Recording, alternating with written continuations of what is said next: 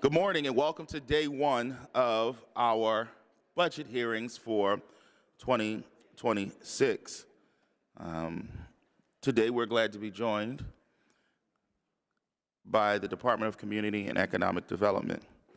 We also want to thank all of departments who will be coming who had to be rescheduled from Monday or Tuesday because of the snow. We appreciate their flexibility so that we can get those budget hearings in.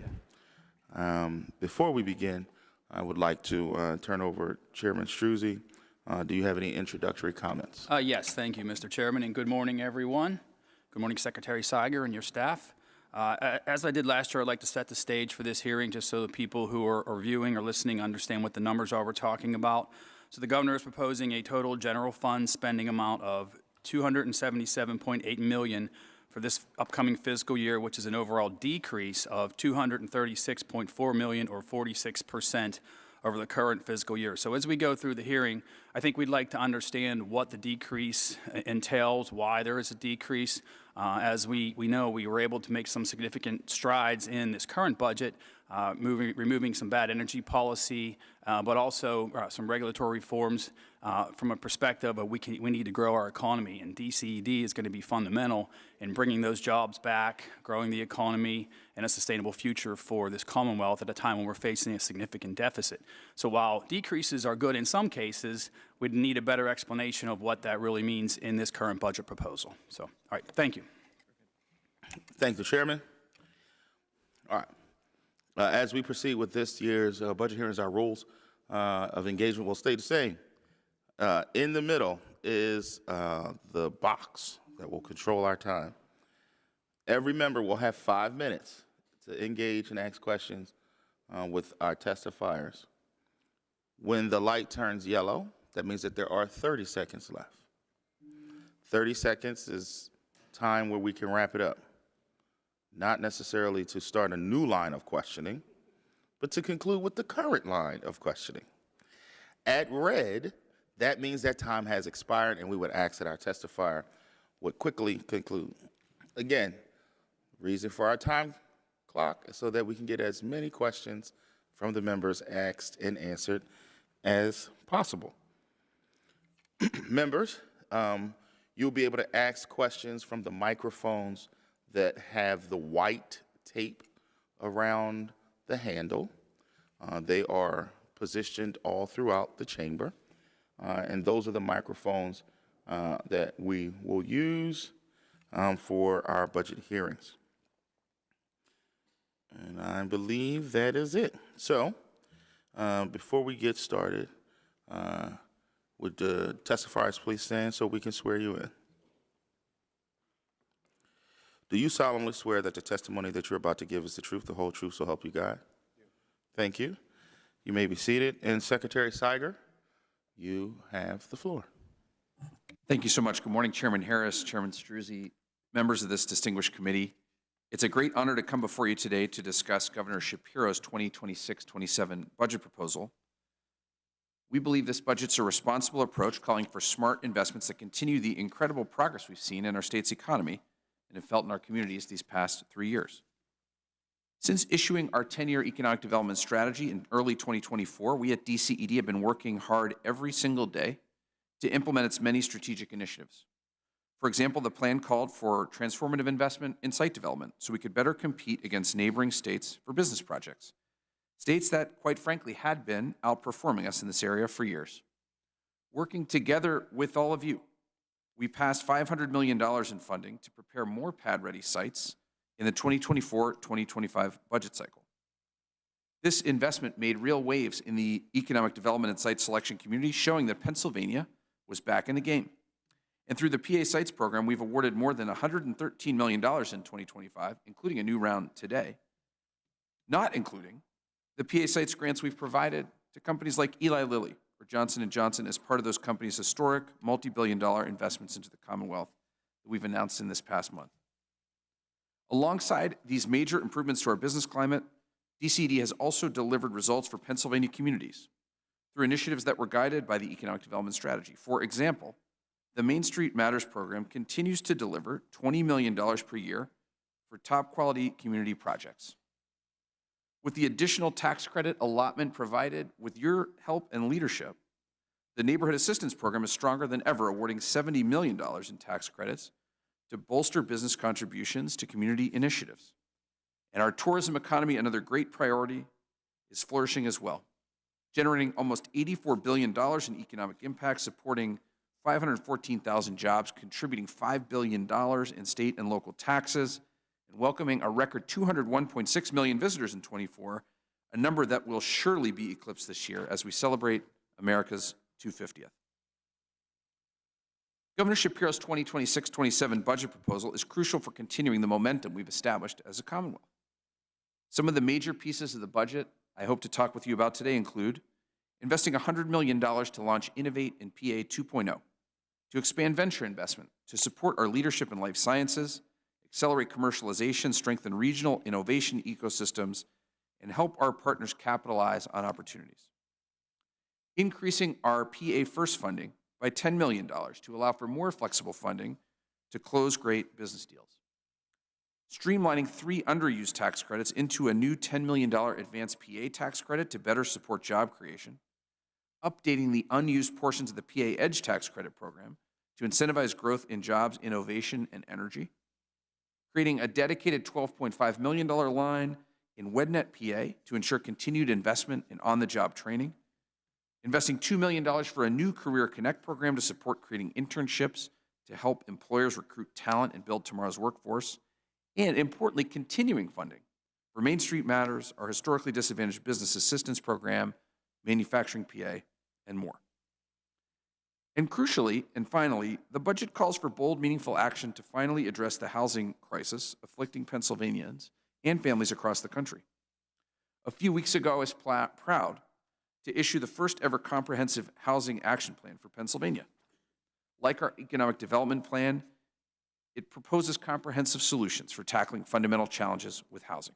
And the budget calls for investments tied to the housing action plan, including a $1 billion critical infrastructure fund, a new statewide financing mechanism to support energy, housing, schools, and municipal facilities, modernizing the municipal planning code, and establishing a new Deputy Secretary for Housing at DCED to lead this work.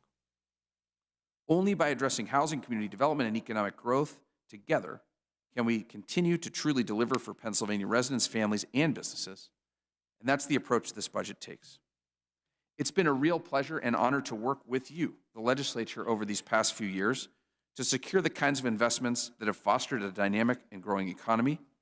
We can see what happens when we come together to get it done for Pennsylvania, and I'm excited to continue our momentum by passing this budget this year. I really appreciate the opportunity to be with you today. I look forward to working together and happy to answer your questions today. Thank you, Chairman. Thank the Secretary. We're going to start. Representative Salisbury.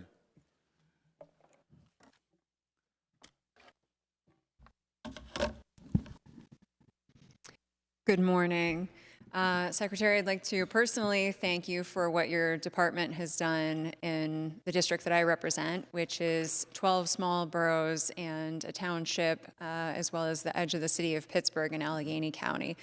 One thing that we continue to struggle with, and I think that this may be a common issue across the state, is blight. And so I know that you have a big focus this year on enhancing small business development generally, housing. But one of the problems that we have is really it's very challenging to get businesses to come in and set up in what remains of our central business districts because of the extremely severe blight situation. So I'd like to ask you, what if anything, is your department doing to focus on this blight situation across the state? Yeah, thanks very much for the question. And as you know, I'm a Pittsburgher and very familiar with the area you represent.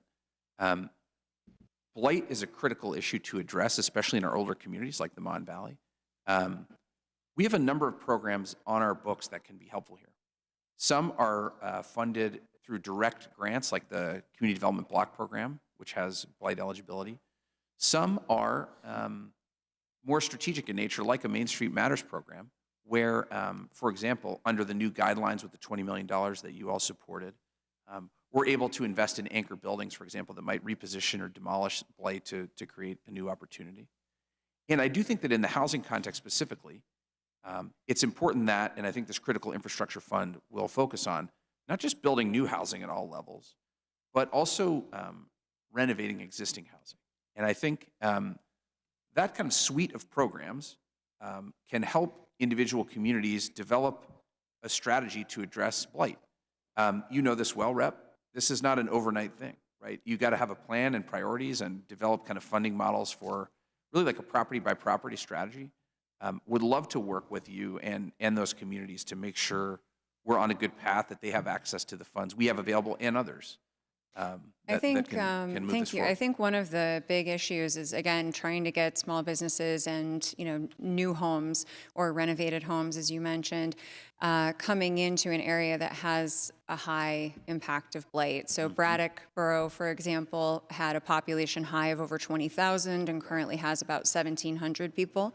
So with essentially 90%, over 90% of the borough vacant, it is challenging, and these small municipalities really don't have the funding. So what funding is available? Is it more than in previous years? What are you looking to do with blight remediation that might be different than before? I think kind of two-part answer. One, there are existing programs we have that can combat blight. And I think one of the things we've done, a little bit under the radar, but I think is important, is we've built up our planning team. We've built up folks on our community and our local government services group who are actually professional planners. We have about 12 of these folks, and their entire job is to work alongside municipalities to develop plans, comprehensive plans, plans for specific issues when asked. And so I think one important role that they play is to help develop a plan. And then it's like, what do we do with the plan? How do we align a focus, say in Braddock, on blight? These are our top 5 properties that we need to remediate. Where do we find the funds to move those forward? Is it Main Street Matters? Is it community development block grants through a federal pass-through? Is it other housing funds or local funds?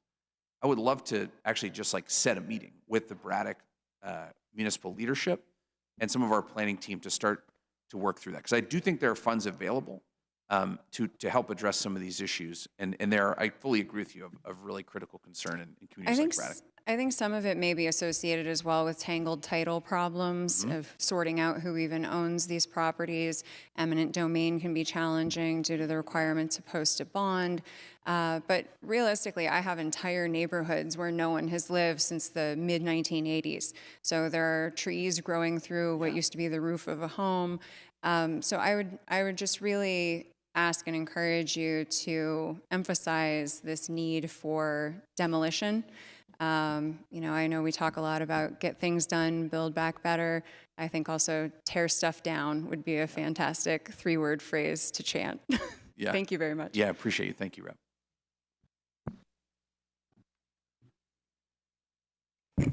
Thank you, Representative Barton. Thank you, Chairman, and thank you, Secretary Siger and your team for being here. I'd like to talk about energy in our economy, if that's okay. Yes, and Secretary, the Act 45 of 2025 essentially ended the Commonwealth's participation with the Regional Green Gas Initiative, RGGI, as we all know it.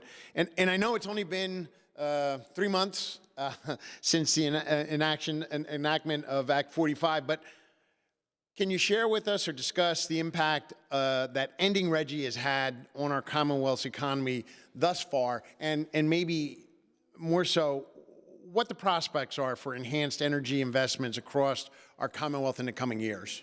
Yeah, thanks, Rep, and very good to see you. I think it's probably a little premature, like you said, 3 months in, for me to sort of provide a generalized impression of impact of RGGI, or of leaving RGGI.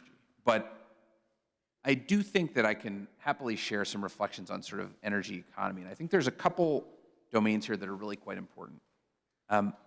One is the energy industry in Pennsylvania.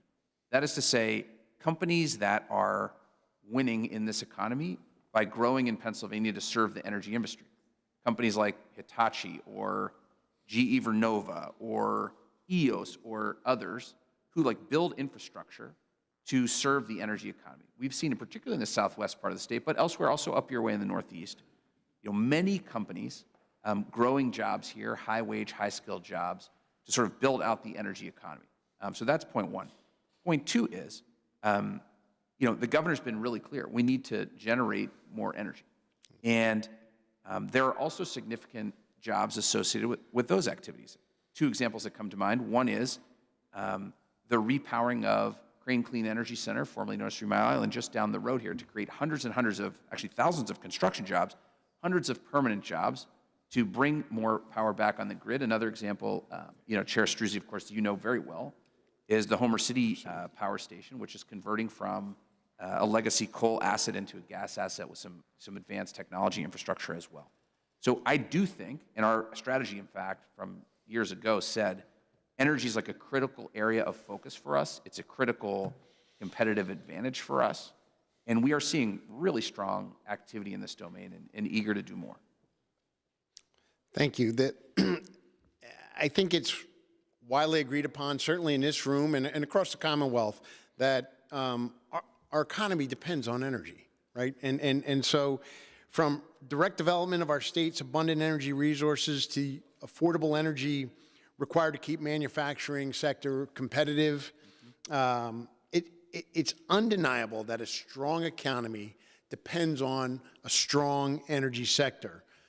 While there's much to discuss today related to what's contained in the DCED budget, I think it's important to address something that's not there, and that's a strategy for energy in the Commonwealth. That's not in the budget. What tangible steps is DCED prepared to take to enable growth in our Commonwealth's workforce, tax base, and economy through the energy sector? Yeah, thanks for the question. I guess I'd answer that in two ways. Number one, again, back in 2024, when we worked actually alongside many of you, and you personally, sir, of course, to develop a plan for what could help Pennsylvania's economy move forward, we identified 5 critical sectors to focus on. One is energy. And as I noted, there are many examples, and I think the data shows that we're seeing real vigor in the manufacturing sector around energy and in the energy sector overall. 2, the governor has proposed and re-proposed this year his lightning plan, which is, I think, what you're asking for, which is an energy plan to help move the Commonwealth forward, to grow our economy. This includes changes to the PA Edge tax credit to incentivize new energy generation. It includes something we call the Reset Board to help cite critical energy infrastructure projects.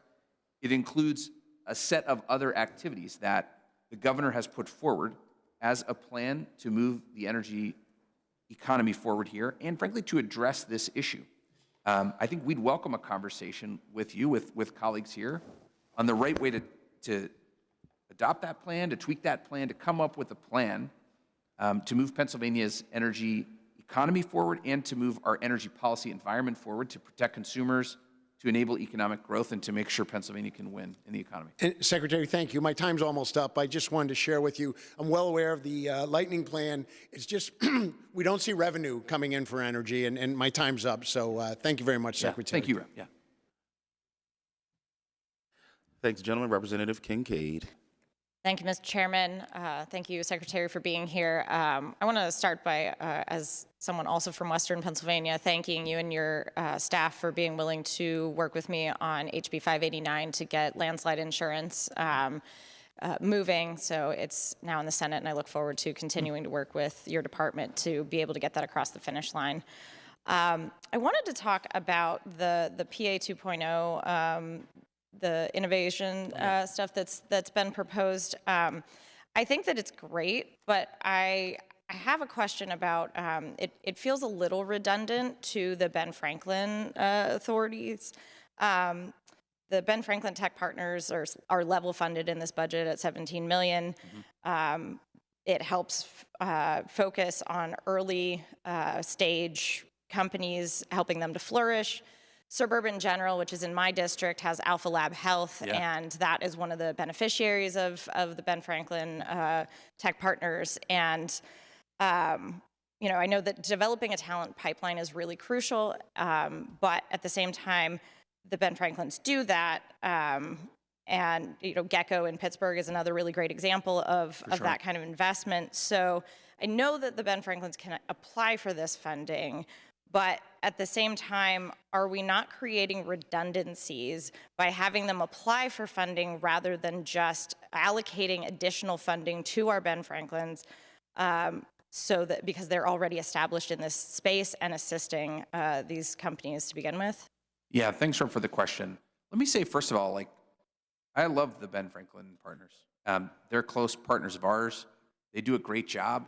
In addition to the state funds they get, as you point out, $17 million, they're able to and have had a lot of success raising, funds from other partners. Of course, they also invest in companies. The returns from those companies help them operate.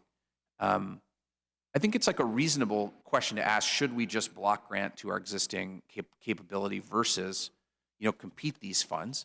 We believe we should compete them, not because we don't think the Bens could do this well, but because actually Pennsylvania has a slew of partners, entities, universities, companies that we think could partner with or without the Bens to do this too. And we want to give folks an opportunity to compete for these funds. And in particular, Innovate in PA 2.0 is one-time funding. And therefore, it wouldn't really contribute to like that $17 million run rate anyway. Let me just say a bit about what we intend to do with the money and why we think this makes more sense. Number one, we're going to focus a portion of this money on life sciences specifically. As you'll recall, last year we had proposed a $30 million one-time fund. It did not move forward in the budget. We're coming back for it in this context because, candidly, life sciences in Pennsylvania is having a bit of a moment.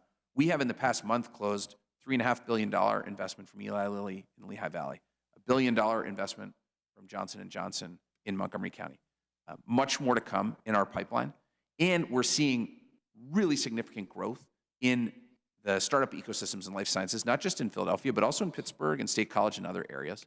And so we have a point in time where we want to drive this forward. The Bens are a key part of that. I've toured that facility in Bellevue, terrific opportunity.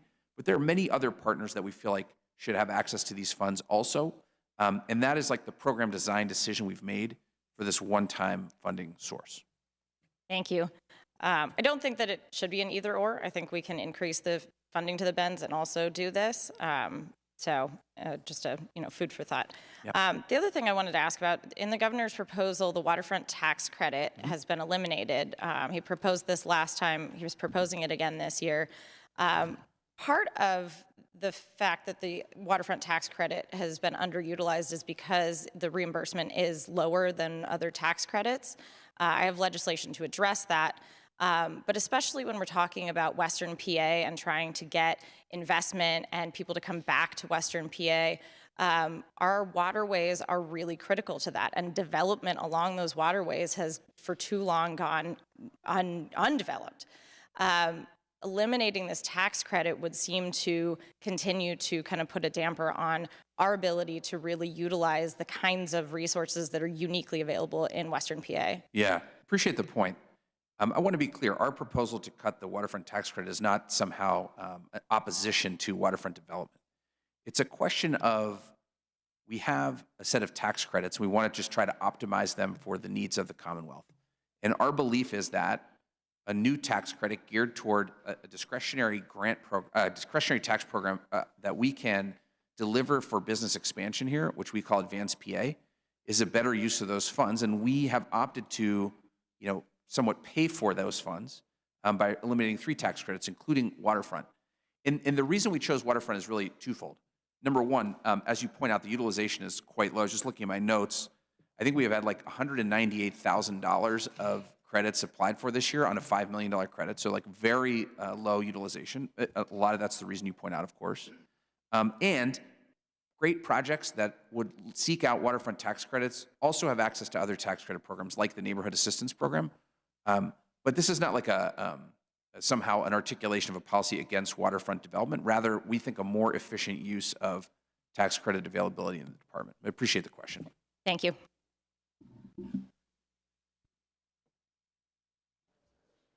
Thank the gentlelady. Representative Mustello. Thank you, Chairman Harris. Good morning, Mr. Secretary. In June 2025, the Commonwealth announced a $20 billion new investment from Amazon to build the 2 data centers in Luzerne and Bucks County. What was the Commonwealth's incentive package for those developments? Yeah, thank you very much, Rep. I think of our package kind of in 3 parts. Part one is, like we have done with many other large industrial projects of critical importance to the Commonwealth, they received fast-track permitting support from our Office of Transformation and Opportunity. And while that's not like a cash grant, it has enormous value to a company like Amazon, for whom speed is key. That's one. Two, Amazon is availing itself, like other data centers, of the by right sales and use tax exemption credit for sales and use tax exemption on data center construction and equipment, as administered by the Department of Revenue. And then third, and somewhat, I think, interestingly, instead of like deploying dollars to the company, we worked with Amazon to come up with a plan where we would deploy $10 million, focused in particular on the Northeast PA site in Salem Township, to the workforce delivery system of Pennsylvania and to Pennsylvanians to make sure Pennsylvanians could get these jobs, both in the trades to build this stuff and, importantly, in the long-term jobs like data center technicians and others that would work there. And I think in the coming months, we'll be prepared to sort of announce the grant recipients of those funds. That, to me, is better value for the taxpayer, and it's actually better value for Amazon. They don't want $10 million. They want people that can help build these facilities and operate them, and we think that's a win-win. And those are great incentives. Are those still ongoing? I mean, is the Commonwealth incentivizing certain sizes of data centers that are coming in, that are in discussions? We've got a lot of land out west in western Pennsylvania, and I just wondered if those incentives are still available. Look, we consider every project separately. I think it's probably not wise for me to make a blanket comment, but I do think given the substantial interest we've seen in data center development, and given the significance and generosity of the existing sales and use tax exemption, it is not currently our practice to offer additional incentives above and beyond permit speed and that exemption. And when you talk about fast-tracking permit speeds, what were those fast-track permits for? It's a great question. The list of permits for projects of this level of complexity is extremely long. I want to say it's actually like in the hundreds, but as a general matter, think about these permits in a few categories. Environmental, right? Land use, transportation, and others that you would have really in any large-scale industrial project. And I want to be really clear, fast track does not mean bend rules. Fast track means speed and certainty. It does not mean that the Commonwealth would relax any sort of statutory or regulatory requirement around water quality, air quality, et cetera. So these projects are all being permitted, properly by the DEP. Because a few years ago, I had asked the question of you, I believe it was when PA sites were starting out, what was your focus on working with DEP to fast-track some of these permitting reforms? We all know, I talk to a lot of energy producers out there just in amongst my travels, and it's always regulatory and legal issues that are always stopping any sort of development, or as you use the word fast-tracking of anything. How are you working with DEP to maybe move these a little bit forward, faster, quicker? We all know the urgency. I mean, we talk a lot. We talk a great game of we've got the land, we've got the resources, the natural resources to move forward. So what is DCED doing now? And I believe that was about 3 years ago when I asked the question. What are you doing now to work with DEP to make them understand the urgency of this? Yeah, this is a great question. I actually think there's a great bipartisan story here about Pennsylvania going from, if we're being honest, historically a place with a reputation for pretty slow and bureaucratic permitting to a place that's really leading the country in this area. The governor created the Office of Transformation and Opportunity. They have not just created this fast-track program for a small subset of key large-scale strategic investments like Amazon, like Eli Lilly in the Lehigh Valley, but they've also, for example, cataloged every single permit, license, and certification in the whole state. That's like 2,100 different processes. They've created this money-back guarantee, and they've just had really significant positive results. So here's like 2 examples that I think are really important that I like to talk about that really, frankly, when I'm out talking to businesses, catches people's eye. Number one, when the governor took office, it took like 8 weeks to get a business license from the State Department. Today, it takes a single business day. And in the DEP context, I know I'm at red here, when we took office, the backlog was significant. Like the permits that were like still on the shelf, like difficult to work through, like nobody wanted to touch. Today, the backlog is eliminated at DEP. These are real progress points that I think we can all be proud of as we work together to make Pennsylvania a more business-friendly state. And by the way, companies are noticing. It's why we're seeing, one reason we're seeing really increased interest in the pipeline, and we're closing some of these large-scale deals. Good. Thank you. Thank you, Mr. Secretary. Thank the gentlelady. Thanks, Chairman. Thank you. Representative Brennan. Thank you, Mr. Chairman. Secretary Seiger, good morning. Always good seeing you here. You know, I love going around my district and talking about the fact that this governor is the first governor to have a business plan in something like 20, 30 years. You know, as a business person myself, I know how important it is to plan. And, you know, I'm seeing all this data about us being the only growing economy in the Northeast. So I'm also seeing some of those anecdotal successes with you know, we see Eli Lilly investing $3.5 billion into the Lehigh Valley, J&J in the Philadelphia suburbs. You know, I'm wondering, the biotech industry is so important. We've seen so many other states doing huge, huge investments, Massachusetts, New York, and we seem to be having so much success here.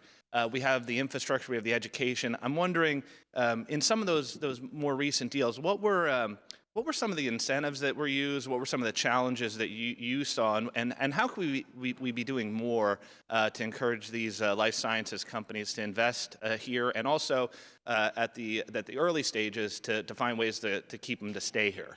Yeah, thank you for the question.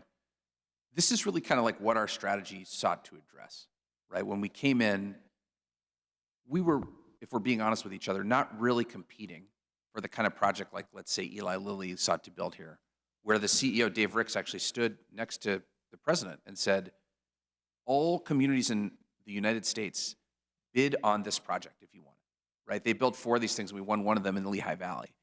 And the way we did it is sort of multifold. And it's really a result of us having worked together these past couple years. Number one, we had the tools to compete. We had PA sites. We had increased funding in our PA First line. We had the PA Edge tax credit, you know, biomedical element, all of which we brought to bear, all of which are tools that, you know, this body put in place to help us win this thing. But like, money does not win projects like this alone. We had to have speed. I was just talking to the rep over here about like our incredible progress and frankly, the incredible concierge service that our team can provide to these large scale projects like Lilly, dealing with myriad issues from, you know, toads to historic preservation to like, you name it, like in the weeds, complex kind of project management. But actually, just as important, if not more important than those two pieces, are like ecosystem and workforce, right? Lilly wanted to be close to the amazing pharmaceutical and research ecosystem that we find in Philadelphia suburbs and increasingly to the north into Lehigh Valley.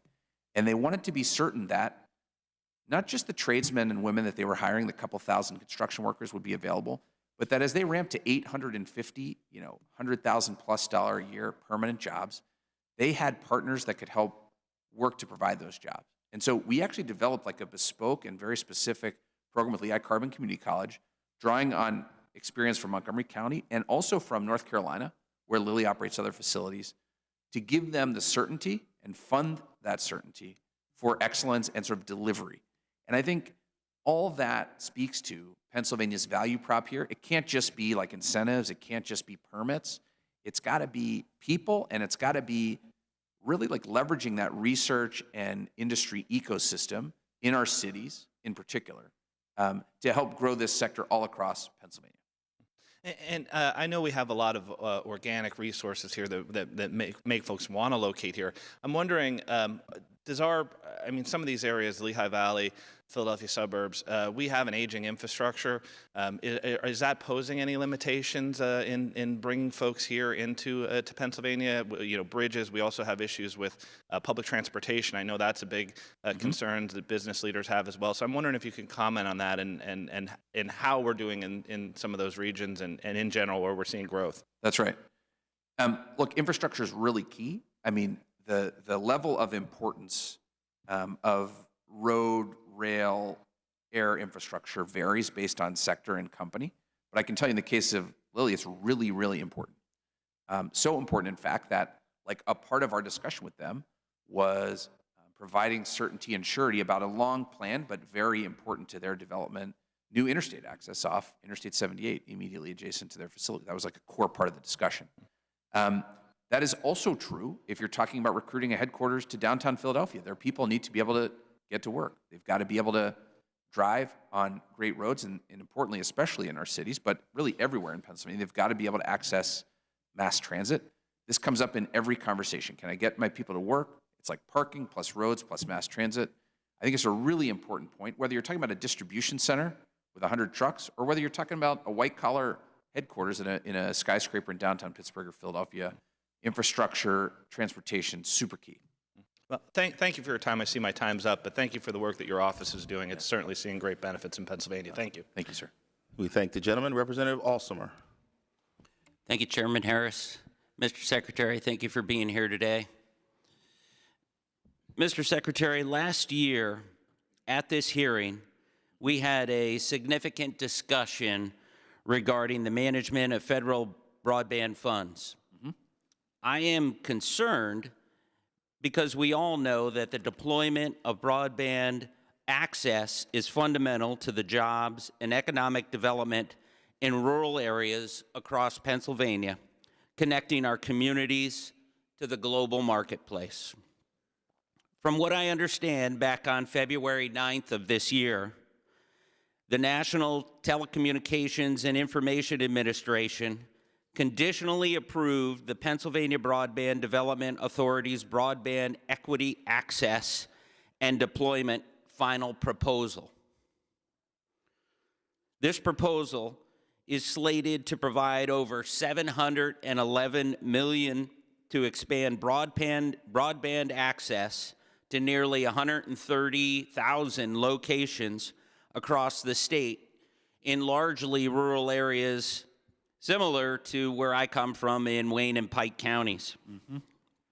It's my understanding that the federal approval is only conditional because of the disagreement we explored last year regarding the classification of broadband line workers. Specifically, the Shapiro administration refused to recognize the fiber optic line installation is inherently different from electrical line work.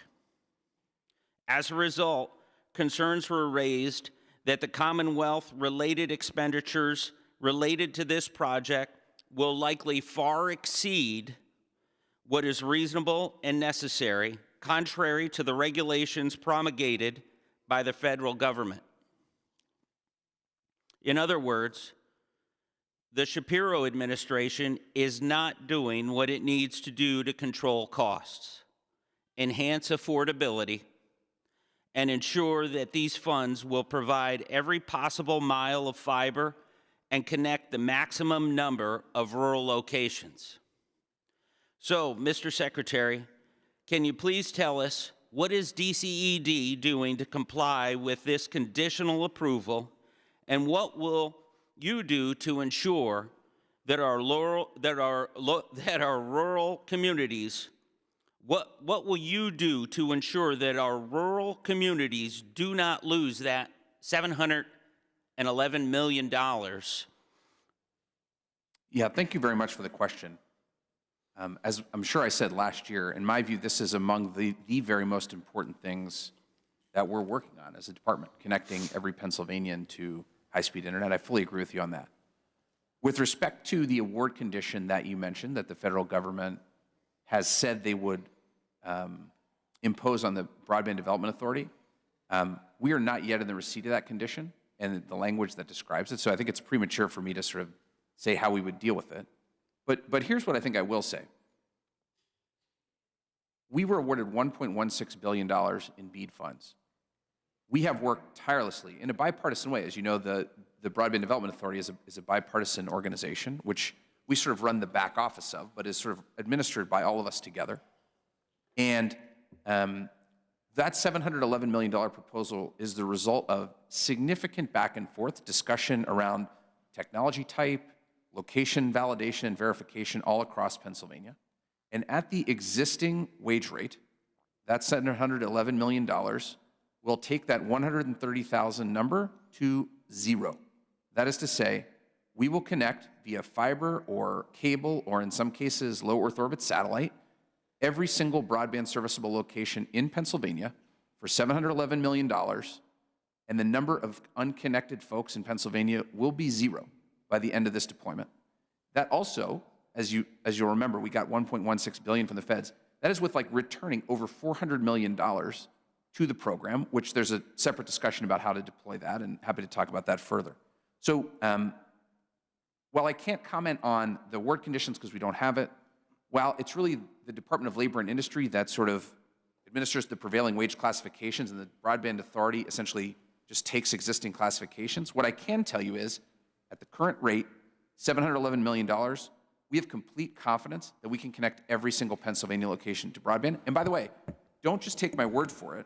Right now, with a different pot of $204 million of funding, we've awarded that funding to 53 projects to connect about 50,000 locations. Those dollars are in the ground now, being deployed.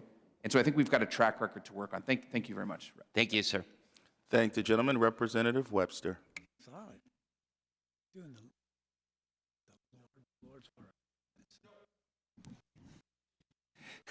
Excuse me, we were talking about school buses off record.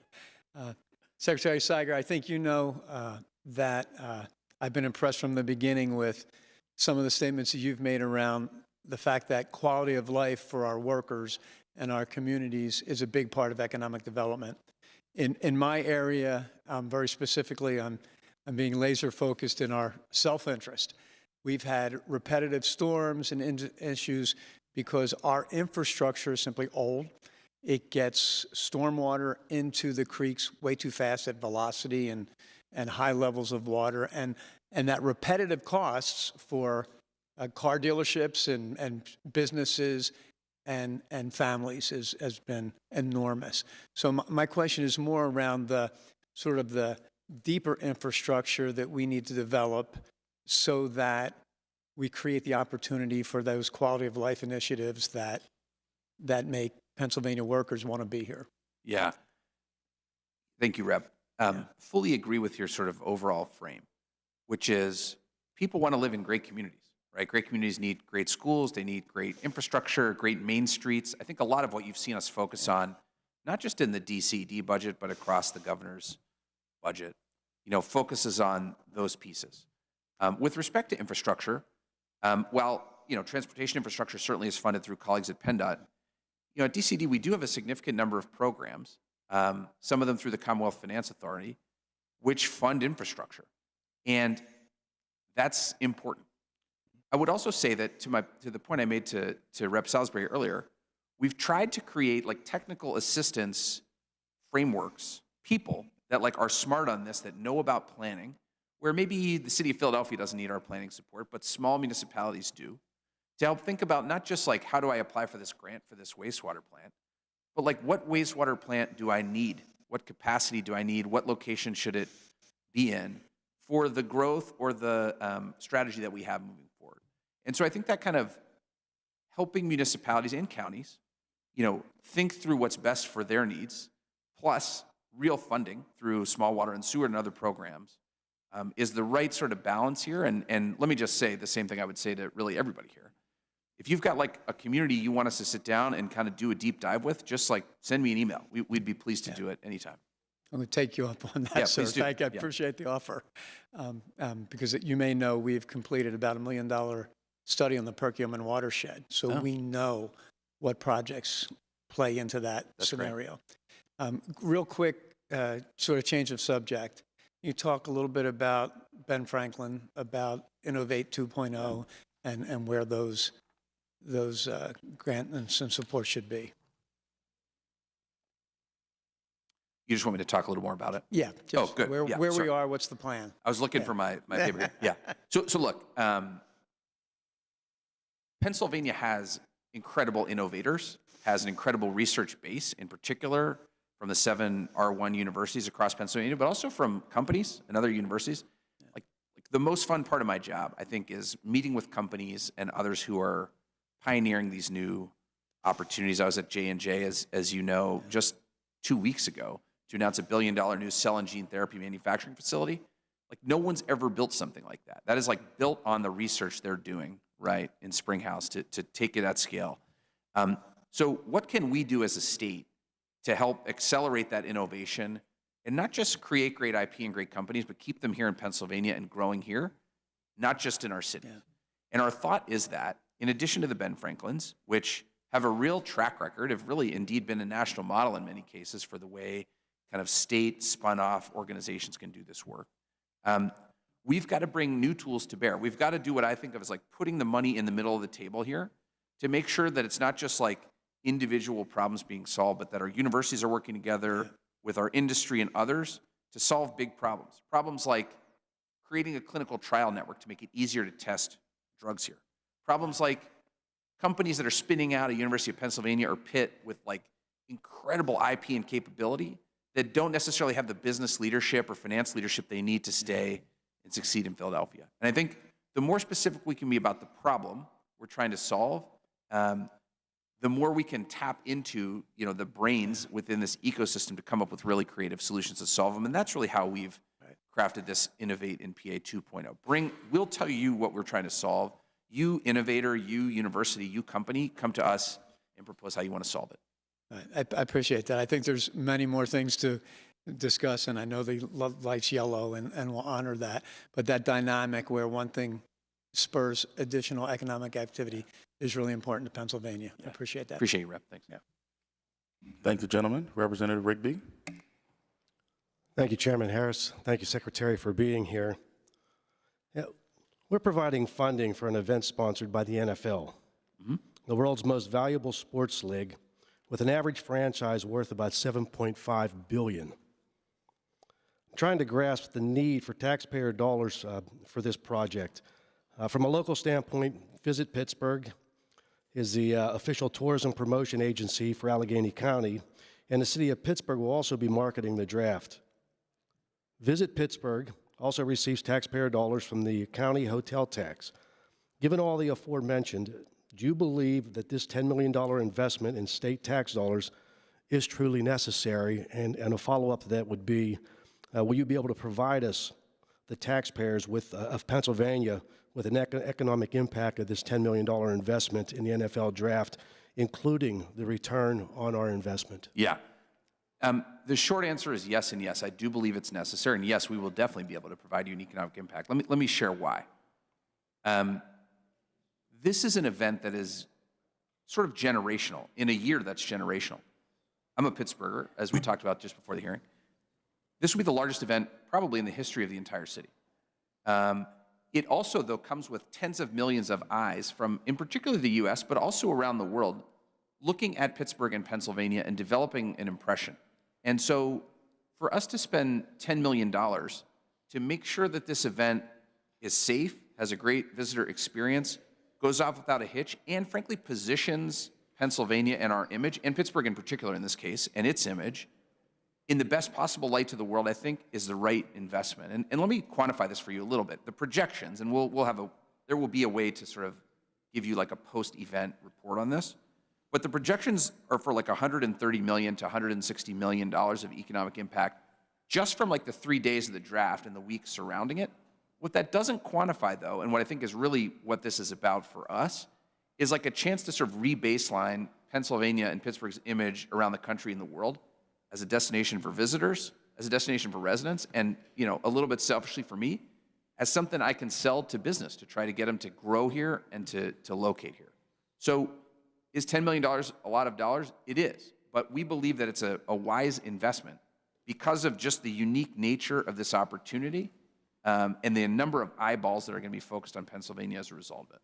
So assuming the amount of people that are going to be present at this, and we've discussed this, the benefits you feel are going to certainly go outside of the Pittsburgh market, spanning pretty far.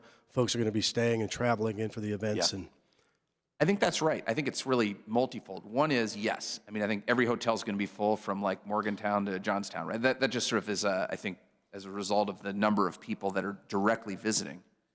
But I think it's important to know that we're not just marketing this for the draft. We're not just saying come to the draft and go to Pittsburgh for 2 days. When you go to the draft and you go to the Visit PA activation in Point State Park, which everyone should do, we're not going to say, look at this cool thing in Pittsburgh. We're going to say, hey, you know, go to Fallingwater, you know, go to the Poconos, go to Lake Erie. You know, it's an opportunity for us to get attention on Pennsylvania and then market other parts of Pennsylvania to these visitors. So hopefully if you drive in from Buffalo for the draft because you're an obsessed Bills fan, like you're coming back because you want to go visit Who's and an go obsessed Bills snowmobiling. fan? Right? I don't. Do they exist? Not me. I'm Not me. sorry. I had to interrupt. But like you're coming Go back. Birds. Sorry. Yeah, I know. Here we go, Steelers. but you know, because you're coming back because you learned something and you love Pennsylvania too. So I think there's like the existing event, but if we do this right, and we're determined to do so, we can spend these dollars to make sure these people keep coming back and that their impression of Pennsylvania continues to be positive, again, for visitors, for businesses, and maybe for future residents. Thank you, Mr. Secretary. Mr. Chairman, I bleed black and gold. Thank you. Yeah, me too. Me But too. that's okay. That's in Pennsylvania. He's talking about Bills fans. Where are they? I mean, there is a member over here who said they're a Bills fan. I'm not going to point them out. We're going to let them just sit over here. Thank the gentleman. Representative Abney. Thank you, Mr. Chairman, and thank you, Mr. Secretary, Mr. Deputy Secretary, for being here. It's good to see you. I think oftentimes when government has conversations around affordable housing, both at the federal, state, and the local level, a lot of times the investments in affordable housing, the scale kind of tips towards renters more so than home ownership. And we know between 2014 and 2023, the median house price in Pennsylvania increased by over 45%. And in that same time, we estimate that wage growth in Pennsylvania was around 20%. So obviously there's some disparities between people being able to afford homes and the amount of wages that they have. And so as you all were working through the housing action plan, I'm sure are there any policies that you all can think about outside of obviously raising the minimum wage that we can think about to help support people to be able to purchase a home at a more affordable price? Yeah, thanks so much for that question, Rep. And look, you were a part of our conversations in the development of the plan too. I'm really excited about actually the roadmap that the plan puts forward, because in addition to the budgetary pieces, the governor's proposal for this $1 billion critical infrastructure fund, which gets at some of this, and some of the early policy pieces we've proposed, if you look at the plan, you know, two things I think really get to what you're saying. Number one, we've just got to build more housing, right? That is not a problem that we can exclusively subsidize our way out of. We've got to build more housing at all levels, affordable housing, attainable housing, market rate housing, and in all regions, although there's variability across regions. Of course, our faster growing regions require more housing. So that's sort of point one. But point two, like equally important, is you've got to make sure people can access that housing. And so there's a considerable set of policies that we put forward that are to make sure that folks in Pennsylvania have access to housing. Like here's a couple of examples that I think make sense. Number one, if an eviction notice is filed against you and you don't actually get evicted, that shouldn't be on your permanent record to try to obtain housing, right? And the governor's talked about that now 2 years in a row. Feels very common sense to me. For example, if you're a victim of domestic violence, you should be able to break your lease without penalty to get out of a tough situation. There are many more examples in the plan that talk about how we can just help people access housing while we are closing this gap of like 185,000 homes, which we believe we need to create by 2035 to meet the sort of broad population and growth dynamics of Pennsylvania. And I think this is not an easy problem to start to tackle, but I do believe we have a strong vision. And in my experience, you know, traveling across the state, interacting with many of you again on a bipartisan basis, there's actually a lot of energy behind tackling this issue. It's not just an urban issue, a rural issue, it's a suburban issue. It's an issue in Erie, it's an issue in Philly, it's an issue in your district, of course, in Pittsburgh, and welcome the chance to keep working together to get this done. Thank you, Mr. Secretary. I want to switch gears just a little bit, or maybe somewhat in a similar vein or spirit, is talk about the Neighborhood Assistance Tax Credit Program. I believe, correct me if I'm wrong, last year was the first year we were able to get resources out at the new level, the 72 million. I know it was originally at 36 million, then we doubled at 72. That's right. Can you talk about sort of the benefits of us expanding and doubling that amount, how you're able to serve more projects? I know a lot of community development corporations in my district really benefit from the NAP program. And then can you talk a little bit about, even with this increased number at 72 million available tax credits, is it still oversubscribed? Are there still folks like trying to get more than that 72 million? Yeah, thank you for the question. It actually has been 2 years we did it. The first year, we administered 36, then you passed a budget with 36 more, and we did another round. And then last year was the first year we did the full 72 together. Look, thank you. Thank you for growing this program to all of you. It's one of our most flexible community development programs. And it, by its very nature, by its program design, is like a team sport program, which is what I love. Like, it brings together private, public, nonprofit together to try to solve a problem together. And I agree with you that Western Pennsylvania, our home, is the place that I think had historically benefited most from this program. They're like really energized advocates and sort of donors in the program in the West. What I'm happy to say, which you may not be as happy about, but I think is good for Pennsylvania, is this last year set of awards was the most geographically diverse set of awards we've ever made. That is to say, like, people across the state are catching on. This program is having really strong impact, you know, coast to coast, if you will. And I think that's a tribute both to our team and also just to great companies and great nonprofits across the state accessing it. With respect to, it is oversubscribed, but not incredibly so. I don't know if you have that number off the top of your head. I don't, but I can share that we funded 405 applications in this last round. I think we got like somewhere, you know, maybe like 10 to 15 million in requests above the 72. It's not hugely so, but it is currently oversubscribed. But we'll get back to you with the specific number. Thank you, Mr. Secretary. Thank you, Mr. Chairman. Appreciate it. Thank the gentleman. Representative Flood. Thank you, Chairman. Thank you, Secretary, for being here and your staff. July 4th of 2026 is going to be a really big day as we celebrate the 250th anniversary of the signing of the Declaration of Independence in Philadelphia, the birthplace of our nation. Act 45 of 2025 provided a transfer of $50 million from the gaming fund to the tourism promotion fund within DCED. Of that, up to $40 million is to be used for the America 250, and then 10 of that for the NFL draft in Pittsburgh. I'm sure there's going to be a lot of celebrations across Pennsylvania, and the Lehigh Valley 250, which I have been working with closely, has a lot of, they're prepared to have a lot of celebrations. They're prepared to handle the spillover from Philadelphia, and with Easton having historical significance in that it was one of the 3 places where the Declaration of Independence was signed.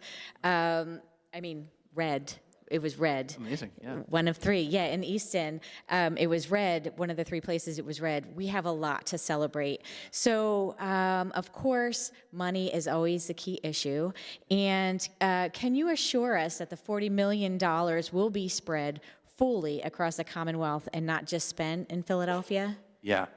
The short answer is yes. The longer answer is, look, as you know, the budget was passed somewhat late in the year last year. We're still working through the specifics of the deployment of these funds.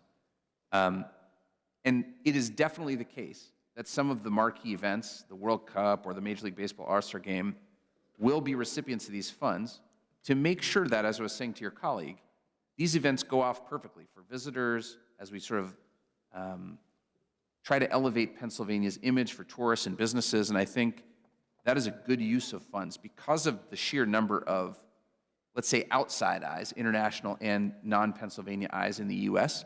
looking at Pennsylvania, like marketing opportunity. But it's also really, really important that we make sure that these events are great experiences for Pennsylvanians ourselves, right? Couldn't agree more. And I think you'll see some of these monies going to smaller regional events across Pennsylvania to accomplish that goal.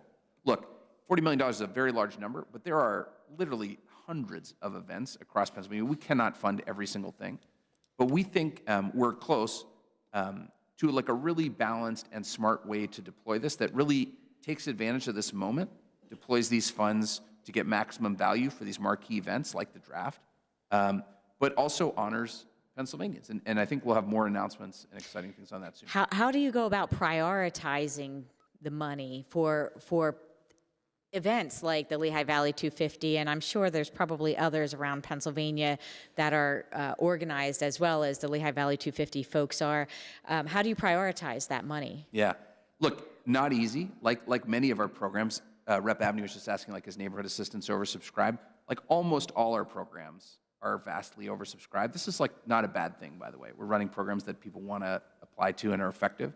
Here, I think we balance a broad set of factors, including, economic impact, tourism impact, marketing impact, geographic balance, to try to come up with the smartest possible way to spend the funds. And look, like in all our programs, there are great projects that probably don't get funded, but we will do our absolute best to make sure that we're putting the interests of our goals first, which really is building a new baseline for Pennsylvania's image on the global stage with this just generational opportunity of this set of sporting events taking place literally in the 250th anniversary of the country, which started here. And we're making sure that Pennsylvanians have a really important part to play in that, which of course is also the purpose of America 250, the Legislative Commission, a whole bunch of other activities. So thank you for the question. So additionally, the governor's proposed $1.25 million for the America 250 PA Commission for fiscal year 26-27. And while I understand the need for the importance of the commission, I question the timing of the proposed funding since the commission will become obsolete after the week of July 4th. Can you clarify why the funds are being proposed and how they will be spent? I think we see, July 4th is obviously the anniversary of the founding of the country. 2026 as a year is like a broad celebration of the country. And in rough terms, $1.25 million is like a half year's budget for where America 250 has been at 2.5. That would get them theoretically from July 1 to December 31, which would support any activities they have for the remainder of 26, as well as wind down activities, which are real. We've worked closely with the commission. That's what I think they believe they need, and we support that level of funds at this time. Thank you. Thank the gentlelady. Representative Fleming. Thank you very much. Good to see you, Secretary. We appreciate you being here. One of the representative, my colleague, the good gentleman from Bucks County, Representative Brennan, touched on life sciences, and I just want to continue that conversation. We know it's an important part of our economy, particularly pharmaceutical industry and a whole bunch of other sort of bio and life science issues. Can you provide an update on the state small business credit initiative funding through the American Rescue Plan? And, since our life sciences and other enterprises depending on that funding, where do we stand right now with where that is? Yeah, thanks for the question. As you know, this was a program that sort of started before my time as secretary, but we continue to run it. There are 3 tranches of these funds. Those tranches have gone to the Ben Franklin Technology Development Authority, one fund focused on diverse leaders. They've gone to CDFIs, our community development financial institutions, our certified economic development organizations, the Ben Franklins, the life science greenhouses. There's $268 million total across the 3 tranches. It is performance-based, so you have to spend up to a certain percentage. I think it's 80% of each tranche before you can draw down the next. We are currently spending through the second tranche, and we're on track to request the third tranche shortly. In spite of changes at the federal level, our discussions with Treasury, who administers this, have not given us any sense that we wouldn't have access to that third tranche, and so we're continuing to aggressively push these funds out. And again, it's sort of performance-based, so it's not just us block granting it to the org. It's they have to spend it down with companies to bring that small business credit into the market. And once we hit that 80%, we'll be in a position to request the third tranche. Thank you very much for that update. We appreciate it. I know, like I said, a lot of enterprises are depending on that. Yeah. So great program. Yep. Thank you very much. The second thing I wanted to get to is more localized. I'm blessed to represent the area within about a 15-minute drive of the Capitol. And so with that comes opportunity. We have a workforce that's here. Harrisburg is largely, while we have a diversity of industry, obviously, with the Capitol building here and the Capitol complex, we have a lot of folks who work here, live here, and work here.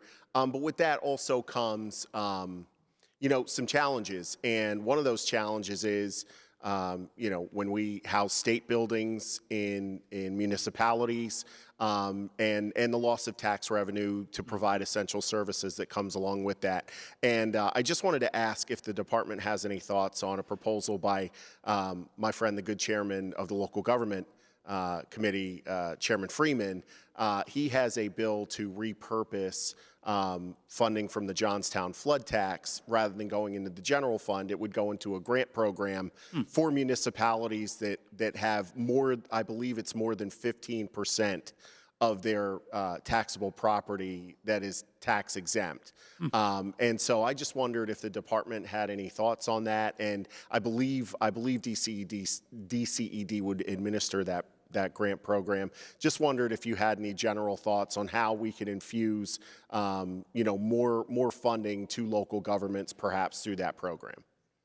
Yeah, thank you for the question. I will say, I'm sure that our team is familiar with this bill. I'm not, as I sit here today, personally familiar. Would love to get up to speed and articulate a view and work with you and the chairman on a way forward here. Certainly the issue that you're raising is not new to me. This is true of not just state capitals, but also, cities with large universities or, religious organizations that occupy significant land. And so happy to talk more about that, but I'm not specifically familiar with the legislation. Okay. Thank you very much, Secretary. I really appreciate your work, and I wanted to touch on that because it does give me the opportunity to thank you and the department for the great work that you do with local governments, which I really appreciated, having been a township commissioner myself. So thank you so much, Secretary. Yeah, thank you, Rep. Thank the gentleman. Representative Mako. Thank you, Mr. Chairman and Mr. Secretary, for being here. Appreciate it. I just want to do a little bit of a follow-up from the representative from Allegheny, Kincaid, and Montgomery Webster we were talking about the Benz. Yeah. And as you know, I sit on the Benz board. Back in the 80s, I think we were giving them 80 million, and now we're down to 17. You were talking about Innovate in PA 2.0. Do you have any metrics on the 1.0 and how that benefited the Commonwealth by any chance? Not as I sit here today, but I will say that while I'm very happy to go back to the team and see what we have, as you know, this was 2012-13 timeframe. I don't know that it's going to be like apples to apples. The similarity between 1.0 and 2.0 is funding mechanism. That's to say sale of insurance tax credits, and therefore we thought that for one-time funding, it would be a smart idea to repropose something that worked on a bipartisan basis, but the use of the funds is totally different.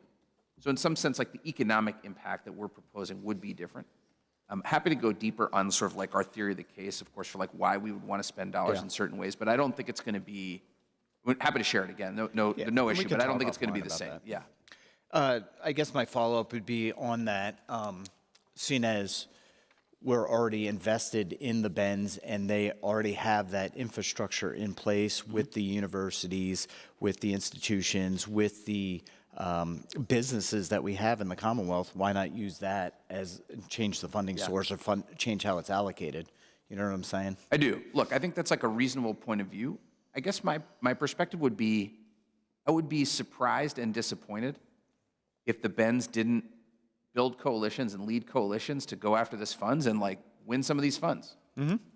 But I think that we're going to get a better outcome for the state if we compete these funds and open it up to a broader set of ecosystem partners. The Benz have a long track record actually of leading and participating in these kind of multi-agency type funding mechanisms. Personally, before I took this job, I led alongside Innovation Works in Southwest Pennsylvania a $65 million grant proposal to the federal government to grow the robotics cluster. The Benz were critical partner in the thinking around that. And by the way, the Benz got a quarter of the funding. So to me, that kind of approach where we're putting the money in the middle of the table and making people kind of come together in unique ways to try to deploy it, especially with a one-time fund like the way this is designed, Innovate in PA, is going to result in better outcomes. But again, I want to be clear, the Benz are not just eligible for this funds. It is my expectation. They know this is my expectation that they go out and build plans and go win some of this money. I think that's reasonable and a good way to do business. And okay, no, I see where you guys are going with that, and I understand that.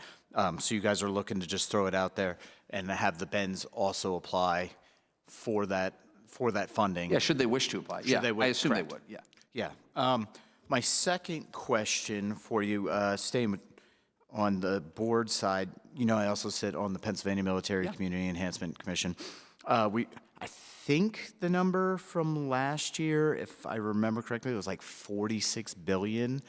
We bring in from the federal government, and it gets allocated to our bases here in Pennsylvania. Is there? I got two questions on that. Is there any kind of conversation on the economic development and how we can spur and bring in more of that federal funds that goes into our communities here in the Commonwealth? And then my second is kind of in conjunction with that. I think we're spending around like $500,000. I think it's like 580 or something that we allocate to the PMCEC. I know Connecticut, they're dumping like 20, 30 million. Oklahoma is same thing, 20, 30 million into similar programs that they have. At the end of the day, is there any way that we can bump that up and fight for those federal dollars to come into the Commonwealth? That would be phenomenal for our communities and the defense industry in this era that we live in. Yeah, thanks for the question. I'm looking at my spreadsheet. I can't find we're proposing $608,000. So yeah, you're right. It's like in that mid thousand, hundred thousands. Look, I'm very much an advocate for and would be excited to work with you on working alongside the commission, which of course, as you know, I've participated in from time to time. Absolutely. To not just think about like BRAC-proofing our existing facilities, which I think is why this commission was originally created.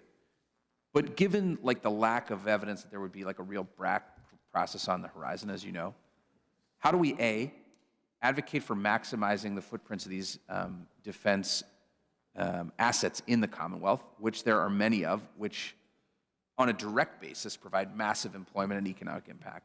But then maybe more importantly, I think this is what you're getting to, looking at like the defense industrial base broadly and how we can just grow jobs in Pennsylvania there. And on that point, I would argue that, like, I don't know exactly what Connecticut does, but we actually do deploy significant like workforce funds and incentive funds and manufacturing funds to grow the defense industrial base. It's like a core subpart of our manufacturing strategy. I think we could do better, actually, and this is something I'd love to work with you on, like connecting the work of the commission to like our defense industrial base work. Look, there's a lot of really interesting companies all across PA. By the way, this is like, again, a kind of coast-to-coast issue, doing work in the defense space, and would love to work with you more on that. Yeah, absolutely, sir. Definitely want to. Yep. We'll Very talk good. offline. Yeah, thank you, sir. Yep. Thank the gentleman. Representative Young.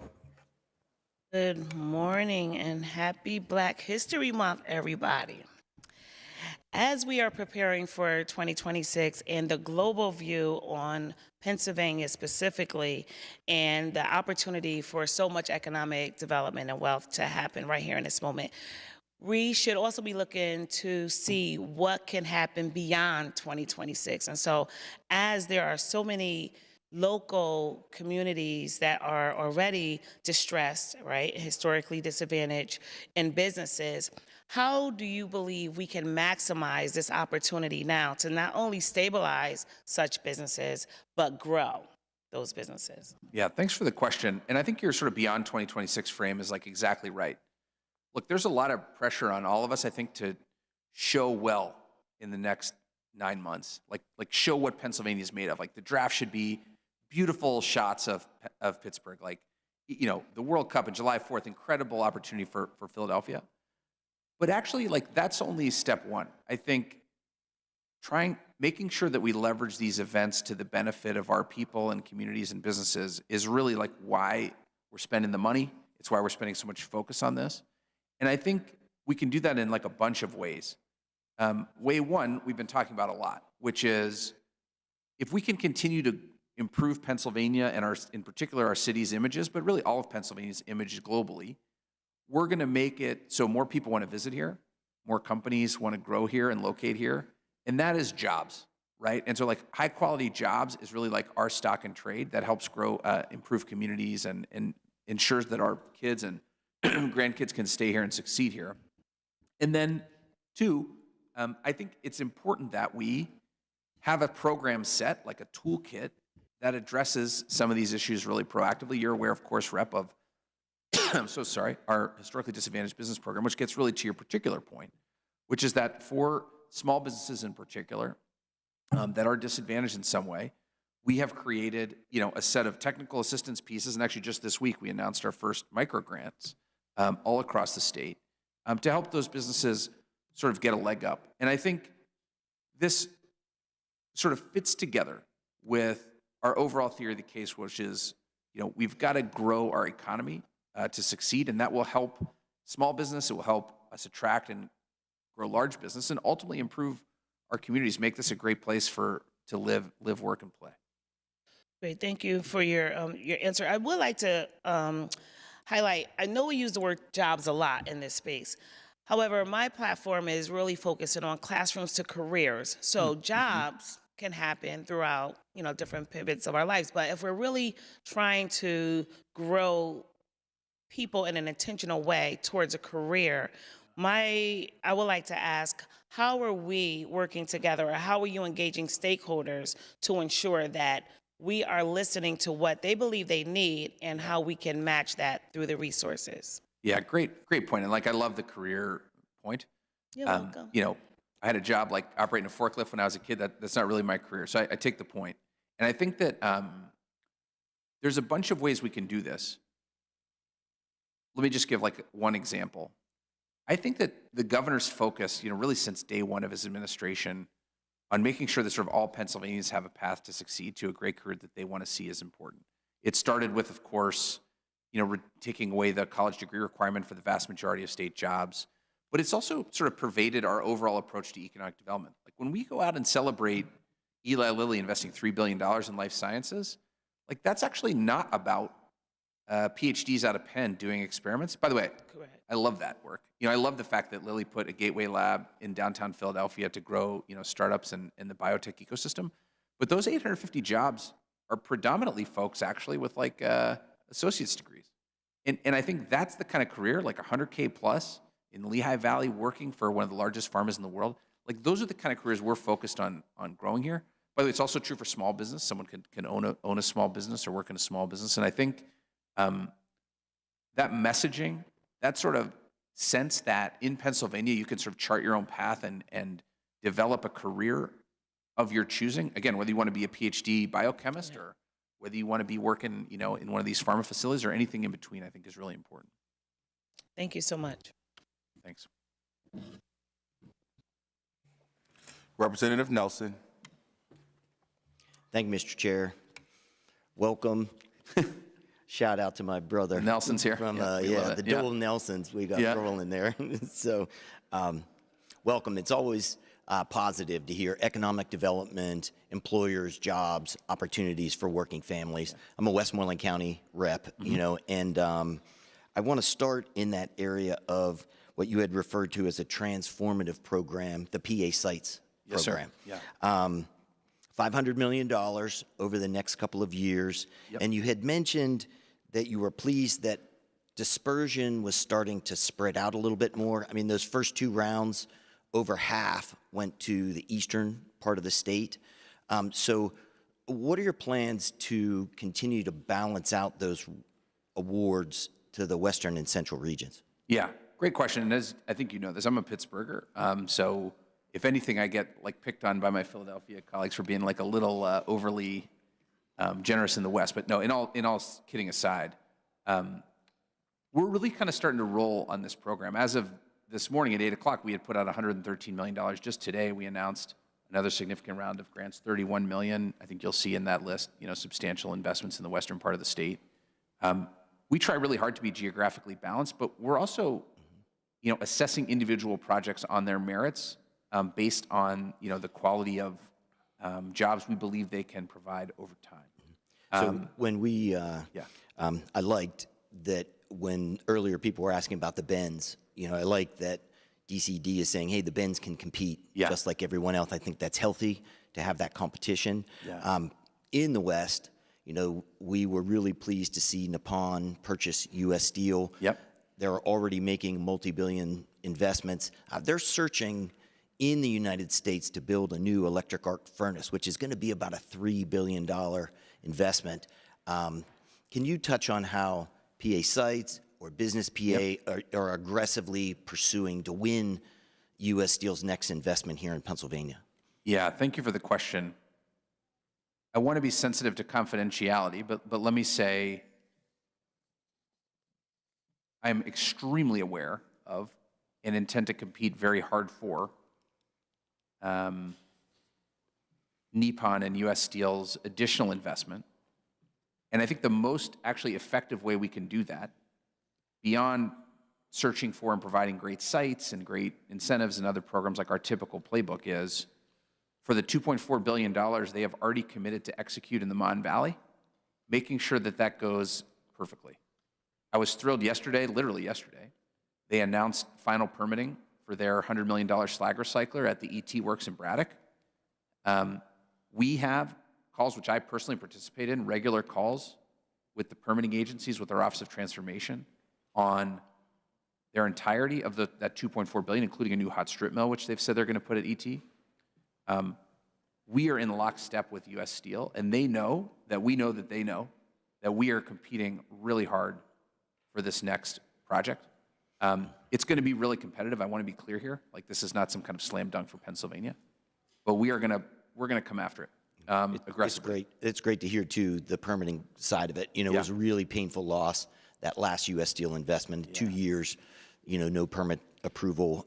So it's great, the refreshing new approach. I'd like to shift gears with my remaining time and talk about existing manufacturers and programs to incent. You had mentioned vigor in the manufacturing sector, you know, not just machining, but defense machining. The $10 million that Governor Shapiro is proposing to bring back in the infrastructure and facilities improvements, is there a way that our existing manufacturers, we have, you know, they want to repurpose buildings, but it might be $500,000 electrical upgrade to be able to beef up. Can we touch on how a program like this could benefit existing employers? Yes.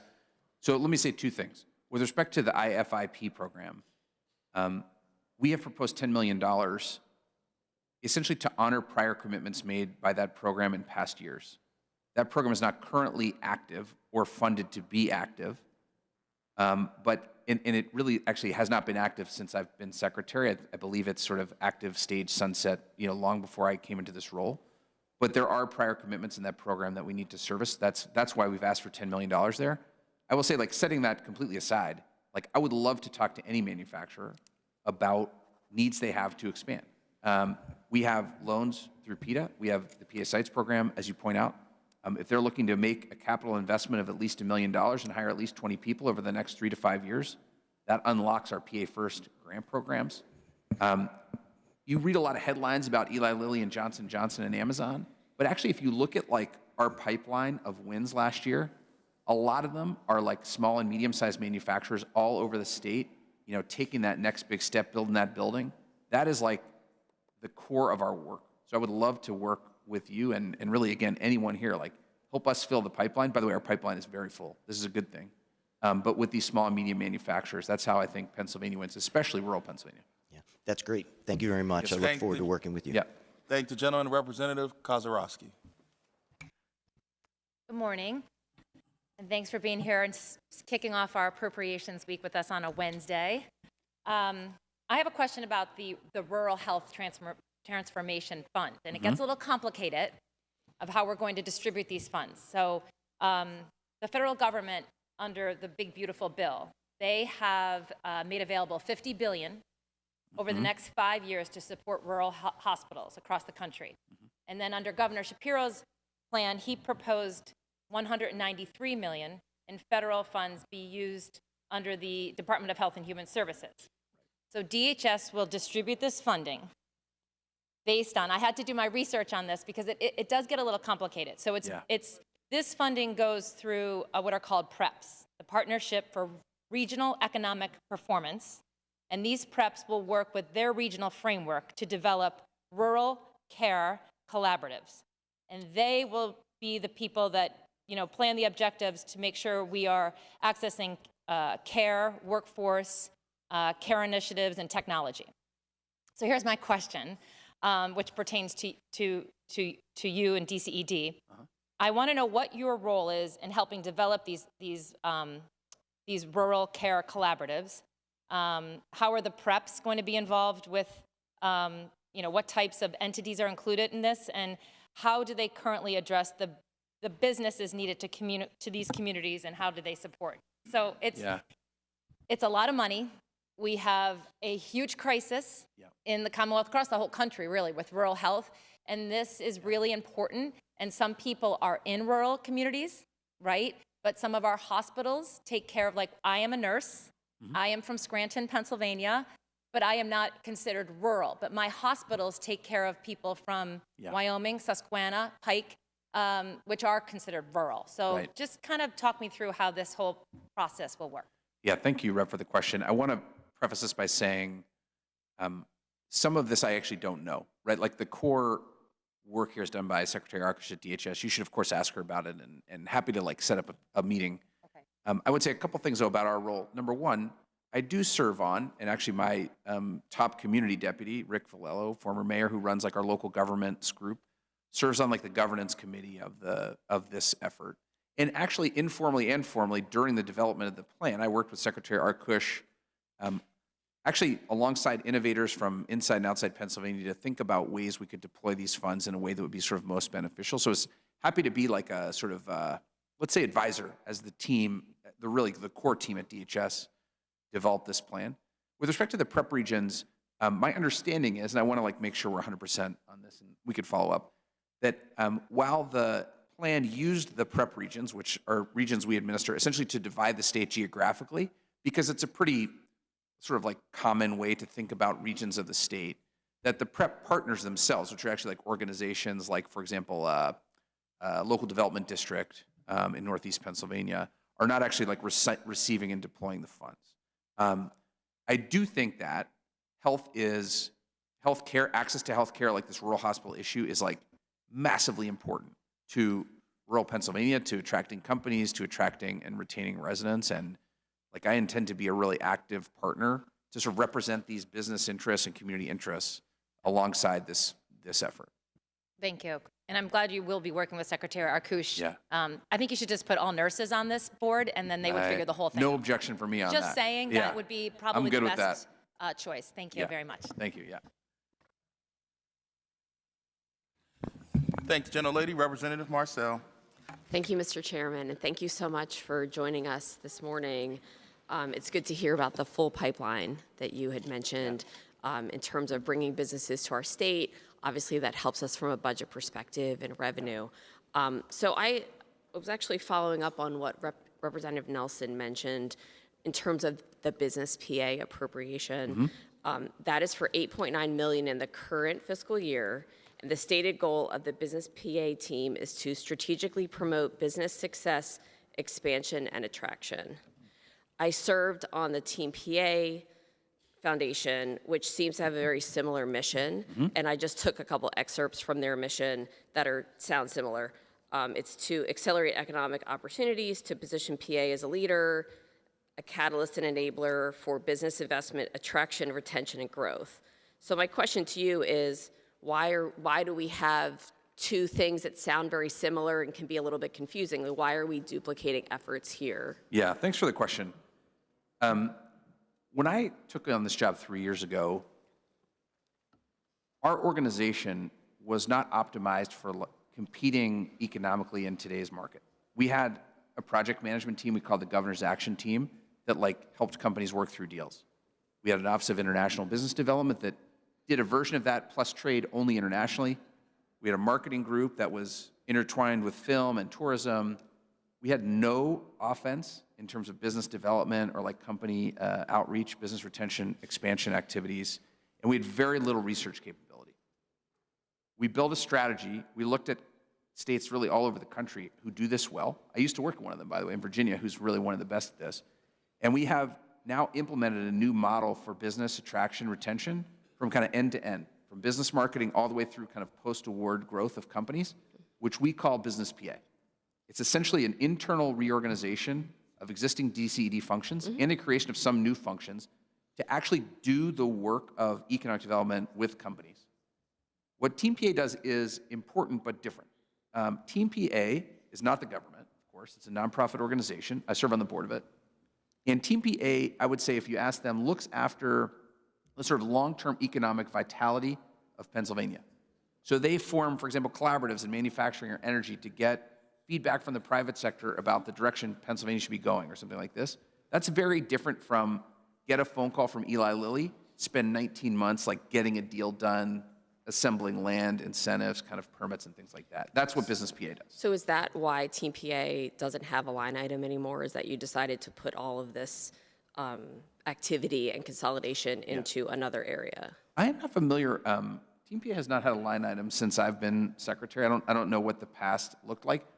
Team PA does seek and does receive grants from the department for like discrete work, for example, studies they might do.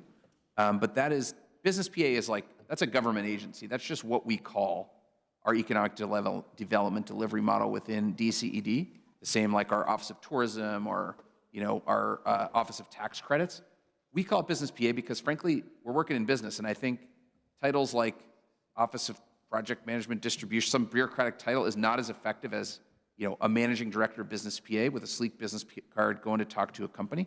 But those are all state employees. That is like our core economic development activity. Thank you. So if there is a business in Pennsylvania that is trying to get more information, or is a business in another state coming to Pennsylvania, who are they supposed to talk Business to? PA.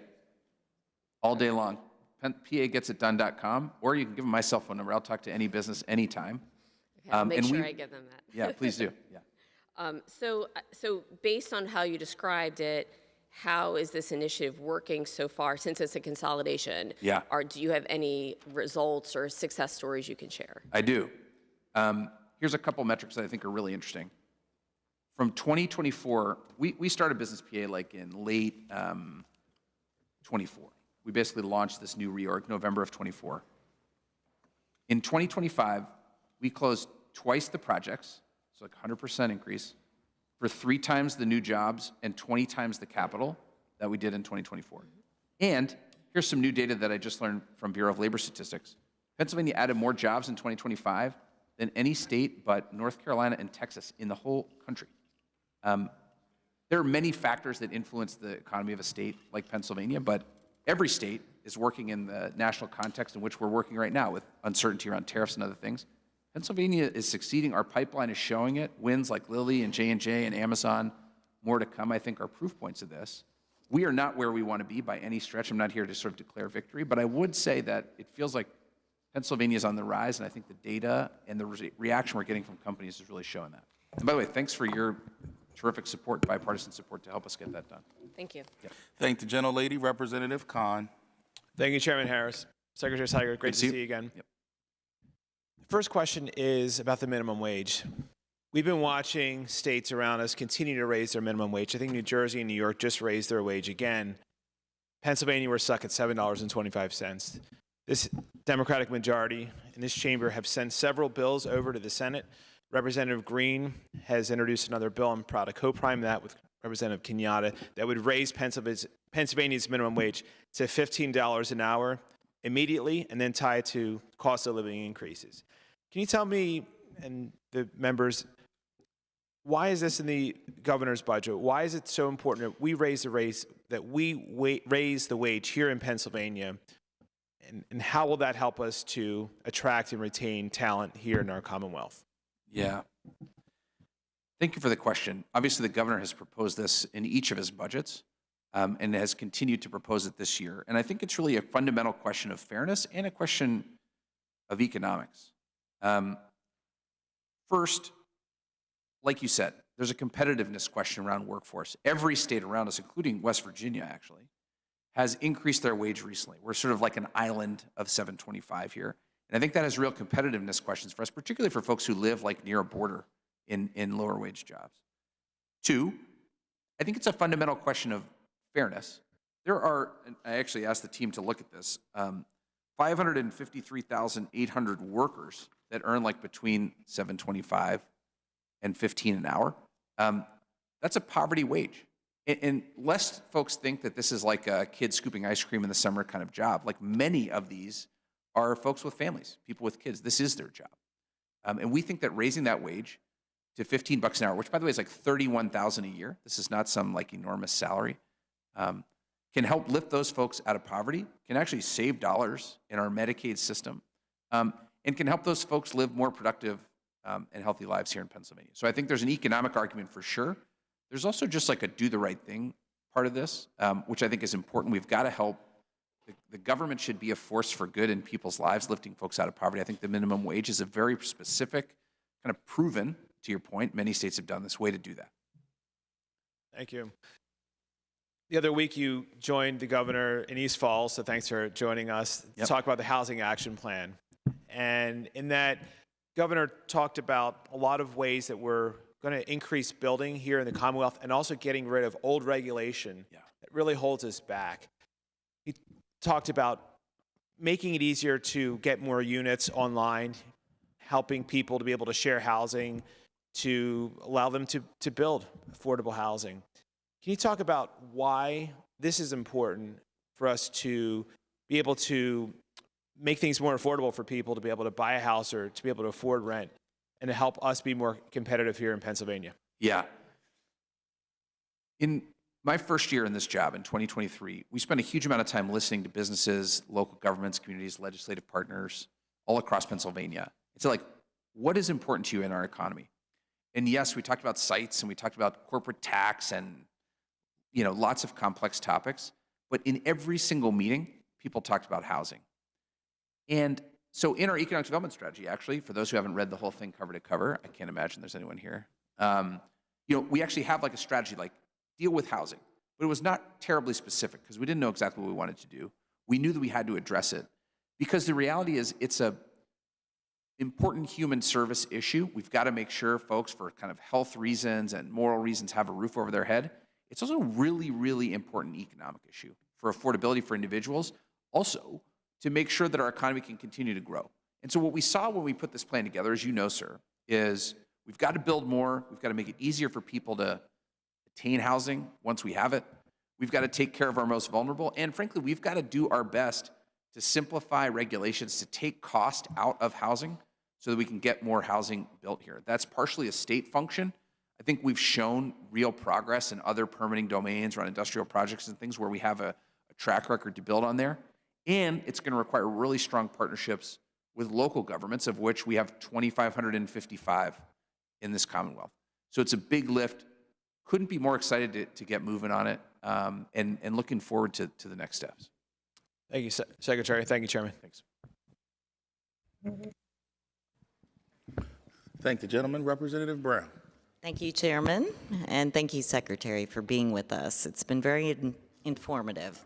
I'd like to continue down the line of questioning of housing. I did glance through the Housing Action Plan. Thank you. And my county, which is Lawrence County, is one of 3 on the western side of the state where you have a large percent of renters that are burdened. I also noticed that in the booklet, Pennsylvania is one of 2 states where the cost of new construction is going to be double of existing housing. And I know this because my daughter is in the process of building a house in our county. So the governor's budget book proposes a critical infrastructure investment program as a new capital project category to build more housing and to support new energy generation with the goal of increasing supply and reducing costs across both sectors. From the materials, it shows that $250 million in bonds would be issued annually and deposited into the Capital Facilities Fund starting in fiscal year 2028 to 29. Does this new program tie into the Housing Action Plan, and will DCED administer these housing expenditures? Yeah, thanks so much for the question. My emphatic answer to the first question is yes. When the governor put forward this plan, it's a 10-year plan. There's like 28 initiatives in it. It would be foolish of us to do them all at the same time. But we have selected, I believe very strategically, a set of things to focus on initially. One such thing is, and you'll see it in the plan, the development of at-scale resources to help build more housing and maintain more housing through home repairs and things like that. This critical infrastructure fund is that. It's a big swing, admittedly, but I think anyone who looks at this plan, even the executive summary, will realize that the scale of the problem and the scope of the problem is really significant, and it's a problem in all 67 counties. I mean, it may feel different in West Philly than it feels in Lawrence County, but like the core issues, we need more housing, we need to repair housing, we need to make sure people can access housing, are the same. This program, as construed, will be administered through the Office of the Budget, and I think fair to say that because of our housing leadership and expertise, we would have a strong hand in advising the Office of the Budget in the administration of this fund. Do you know how much of the funding will be allocated to housing? I don't believe that the specific numbers have been determined, but when we've talked about it internally, when I've heard the governor talk about it recently publicly, he said, the majority or the lion's share of the funding. I think it's important that we have optionality to fund other critical infrastructure, schools, energy, but this is a first and foremost a housing fund. Okay, good. Good to know. And just out of curiosity, do you feel that funding for a new housing project is something that the government should be monitoring? Should it be left in the private sector? I think in a perfect world, this kind of subsidy may not be required for housing. But let me give you some data that suggests that I think we need this funding. First, like a demand signal.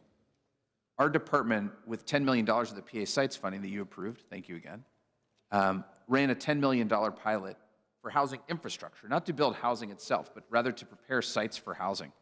Everybody in the Commonwealth knew we had $10 million of headroom available. We got $471 million of applications, okay? So I think there's really significant demand. Point two, I think, goes back to the point you were making earlier. In certain parts of the Commonwealth, the cost to build a new unit of housing exceeds the value of the house once it's built. So like there's a market failure in many parts of the Commonwealth where like it just results in no housing getting built. Like if you can't sell a house for as much as you paid to build it, no one's going to build a house. And that's the scenario that we find ourselves in. So when there's a market failure of that level of significance, when it's holding back growth and quality of life for Pennsylvanians, I do think it's like among the areas where a government subsidy is appropriate, and that's why we've proposed this subsidy today. Okay, thank you so much. Thank you. Thank the gentlelady, Representative Friel. Thank you, Chairman, and thank you, Secretary Sager. I want to go back to some of our life sciences and technology. I think you've brought on with the Lilly and Johnson & Johnson investments. It's a incredible success that we've had attracting some of these big companies. But we also have a big ecosystem of small and startup businesses that are spinning out of our universities. And some of them, we've had a hard time retaining them here. Yep. For example, just recently, I was up with our competitive caucus in Lehigh Valley and talking to manufacturers of chip manufacturers who are struggling for that capital investment as they're growing. We've been talking to some therapeutics companies. Capstan Therapeutics has spin out of the University of Pennsylvania. Yep. Just chose to go to San Diego, even though they're University of Pennsylvania Therapeutics. Yep. What can you tell us about some of the efforts on that kind of that small and mid-sized businesses to keep them here in Pennsylvania? And I'll give you one example, selfishly, and you know what's coming. So we had a tradable NOL bill that passed the House here, 198-1. So broad bipartisan support that's really targeted at these technology, life sciences businesses that are in that need for capital. Yeah. What else? You could talk a little bit about that, but also what are we doing for those small businesses, because that's an ecosystem that we just need to keep here in Pennsylvania. Yeah. Look, 1,000% agree. And by the way, these things are related. It's not like Lilly decides to make a $3 billion investment independent of the quality of our innovation ecosystem in Philadelphia. In fact, it's because of it. Again, it gets a little less attention, but Lilly also made a really substantial investment into downtown Philadelphia to build one of the very few sites of their Gateway Labs, which is their kind of like innovation lab, where they work with small and medium-sized companies to help commercialize new tech. So these things are really closely related. This is really the spirit of why we're proposing Innovate in PA 2.0, and specifically why a chunk of it is focused in the life science industry. Again, not just because we have momentum there, but because it's where we have excellence, and because I think it's really relevant actually all across the state. But just to stick with Southeast Pennsylvania for a minute, why did a company like that, which is a tough outcome for Pennsylvania, decide to build in San Diego? I think what we've tried to do in developing this proposal, talking to industry, talking to others, is like understand why companies make decisions like that. Here's a couple of examples of what we want to solve for with Innovate in PA. Number one, talent. We know that, let's, again, to stick with Philadelphia as an example, between the universities of Philly, Penn, CHOP, Drexel, Temple, like exceptionally strong talent and research ecosystem. But companies also need business leaders. They need CEOs and CFOs and folks that can take this technology out of the lab, move it into the market, and commercialize it.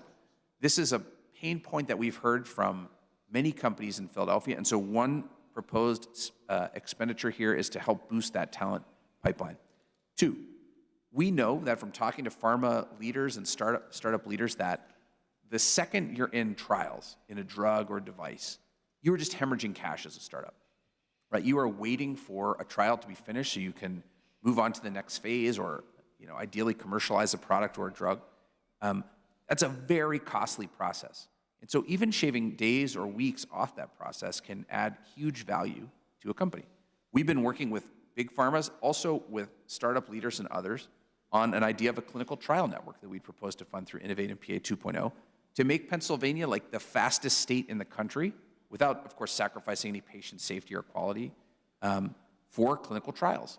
These, we think, are innovative ways to make Pennsylvania more competitive, to make it a destination of choice for life science companies, which, if we're being honest, it already is to some extent because of the outstanding innovation ecosystem we have. It's like taking that next step to make sure even more folks can stay here. And I think, welcome feedback on these pieces, but we've grounded this Innovate in PA approach, especially in life science, really with the industry to try to understand what can achieve some of these outcomes. Thank you very much. Yeah, appreciate your time. Thanks, gentlemen. Representative Kutz. Thank you, Chairman. Good morning, Secretary. Thank you so much for being here today.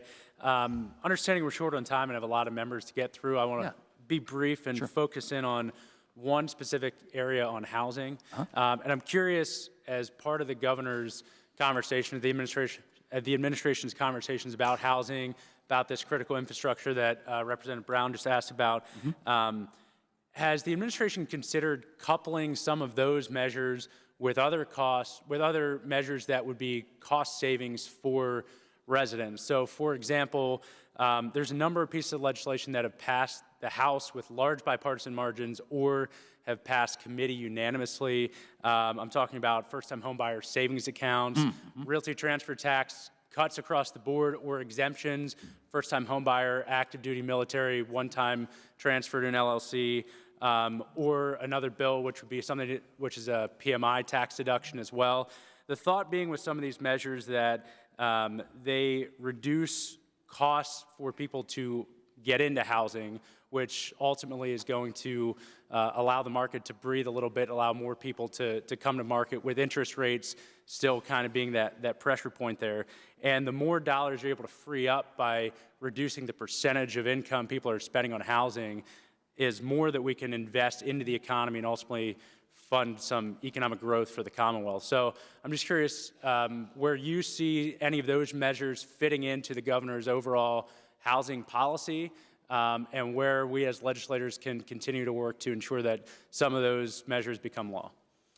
Yeah, thank you very much for the question. I'm actually furiously reading through that section of the plan, which I'm not going to get that done in time before I answer. I mean, without being specific about those individual pieces of legislation, I want to follow up with you on that. The answer is broadly, yes. I think there are 28 really specific things that we put forward in the plan. The governor, in his budget speech, of course, focused on a subset of those. He focused on the critical infrastructure fund. He focused on, I think, 8 other policy elements. But these are all policy areas that we heard about, looked at. A number of them are, I think, in our plan. And I think we'd love to have a conversation with you about, again, I have not reviewed those specific pieces of legislation, but about coming at this from all angles. I think if there's one takeaway I have from spending a year getting kind of a crash course in housing, learning about this, talking to folks all over Pennsylvania, it's there's no silver bullet here. We've really got to come at this from a lot of different angles. And I think many of the examples you used are an example of that angle. It's not just subsidy, but we need subsidy. It's not just regulatory, but we need regulatory. It's also some of these other pieces. And I think I'm very optimistic, actually. I hope you would be too. I don't want to put words in your mouth, that this could be an area of pretty broad bipartisan collaboration, actually, to move some of these pieces forward, just given the importance of the issue to all parts of Pennsylvania. Yeah, I agree with you, Secretary, and we have a large group of bipartisan legislators who are invested in this specific issue. You've heard from both sides today, but also recently a number of pieces that have been introduced. So I think there's a lot of momentum growing there, and I would look forward to continuing that conversation. I think it's a huge issue, and housing is one of those things that unlocks, as you just mentioned, businesses don't invest in Pennsylvania without having housing for their workforces. So I'm encouraged by the conversation and look forward to a follow-up. Thanks, Rip. Yeah, count us in as a partner in that effort for sure. We'd love to develop a great package. Thank you so much, Secretary. Thank you, Chairman. Thank the gentleman. Representative Madsen. To your team, thanks for coming. First, I wanted to start off with a shout out. Your team has been very involved with the various issues with that, either surrounding my district or in my district specifically. I'd like to shout out all your help with downtown Harrisburg and helping with the plan there. Still ways to go, but I do appreciate the efforts you and your team have made thus far. And want to follow up on the Cleveland Cliffs piece, the mill in Steelton, but I was excited to see Durabond will actually be expanding a second shift. So a year ago, we were in a dire situation, but now we may be in a good position to see some growth there too. But my question actually that I have, well, actually, do you have any follow-ups to, I guess? Yeah, I would just say, like, I hope you're not getting tired of me. Those are two good, good examples, actually, of where, you know, our department runs a bunch of programs, and we have a bunch of people doing great stuff, but we also try to solve problems. And I think downtown Harrisburg is a place where, as you know, I've spent a bunch of personal time. We have a bunch of team members focused. The Durabond issue, super excited about a constructive path forward there. As you know, we've spent an enormous amount of time working on that. These are the kinds of things that, you know, I kind of love working on, like putting a puzzle together and getting a good outcome for Pennsylvania. So thank you for the partnership, and, you know, again, sorry for having to endure so much of my me and your district here the last couple of years. We're having a lot of fun. We're having cupcakes and we're going to a mill, walking around. So appreciate it. My question is actually, I'm having a lot of interest in data centers in my district. One is being built. I actually went on a tour with the local county commissioners. They set up a tour in Northern Virginia where they had a very high concentration of data centers. I learned a lot. Personally, suggest anybody to do a similar type of tour. But my question is, the big takeaway I had is that we should probably start thinking about some kind of regional planning with these. We had all three surrounding counties, Perry, Dauphin, Cumberland, come on this, all have a lot of interest in data centers or seeing them proposed, but because of the potential strain on the grid and water resources, we all share those collectively together, and I worry that if we just do this piecemeal and not a coordinated way, this could have some very negative consequences in regards to increasing utilities, increasing water rates. So what is your thought on more regional planning when it comes to data centers? Is that something you would recommend folks to start doing? Yeah, thanks for the question. Look, I think regional planning and coordination and economic development, honestly, in almost any context is a good idea. Certainly it is in data centers. And I think, you know, what we've seen as the economy and this part of the economy grows like at an absolutely astounding rate over the last just 1 to 2 years, is enormous interest in Pennsylvania by data centers because of a bunch of reasons. Our natural resources, certainly available sites, terrific workforce, especially construction workforce in the building trades. What the governor put forward on this, which I think is related to your question in his budget, is what we think is like an articulation of what good looks like, the grid principles that, you know, we've proposed to you all and would love to engage with you in a constructive conversation, sort of be linked to direct Commonwealth support. You've got to, like, bring your own power, pay your own way in energy. You've got to abide by, you know, the highest level of environmental standards, especially in water, where we know cooling water is a really significant issue or a significant resource required by data centers. You've got to be transparent and engage with communities. You can't kind of do these things in secret in a black box. I'm really glad to hear, for example, you as a state rep are engaging with a company in your district. They're taking you down to Virginia to see what these things look like. I agree. I would encourage folks to do that. I've done it. And then fourth, you know, delivering local jobs and community benefits. The question was asked by Rep. Mostello earlier, like, did you give Amazon money? The answer to that is no. We gave dollars to our local workforce system to make sure these jobs could stay here in Pennsylvania. I think if we can work together, do the right planning on energy, environment, and workforce, green light and support through permitting, through our sales and use exemption, really high-quality projects, that is a path for us to take advantage of and benefit from the data center boom we're experiencing, and also, protect Pennsylvanians from, increases in electricity bills and other kind of land use pitfalls that large-scale projects like this might present. And by the way, I've spent a significant amount of my time in the last couple of weeks talking to some of the biggest companies in the world that build these things.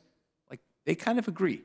Like there's a bunch of details to work out, but I think thematically, that kind of focus and planning and transparency is well received by the industry here as well.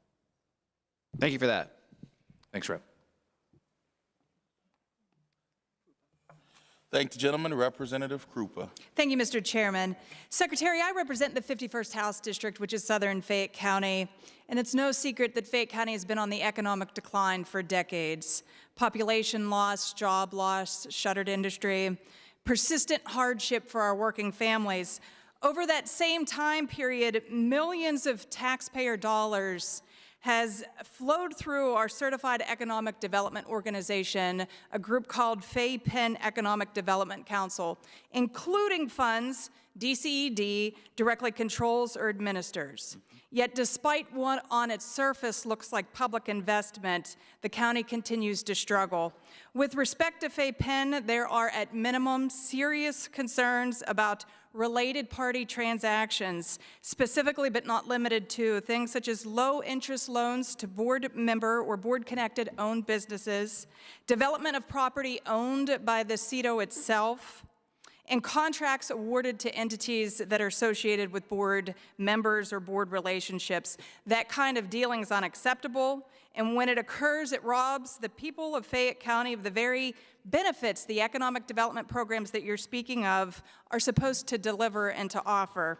DCED's own mission statement states that it exists to foster opportunities for business to grow and for communities to succeed while assuring transparency and accountability in the expenditure of public funds.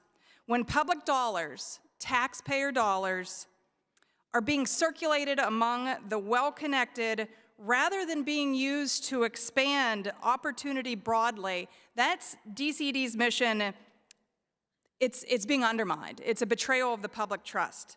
So at a time in my district when people are in jeopardy of losing their homes because they can't pay their property taxes, we have our volunteer firefighters on the corner begging for money or selling hoagies trying to raise money just to keep their doors open. It's offensive that taxpayer dollars are being spent to line the pockets of Fayette County elite and wealthy.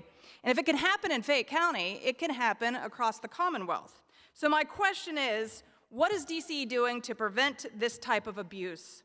Does DCED independently audit and review related party transactions before funds are awarded?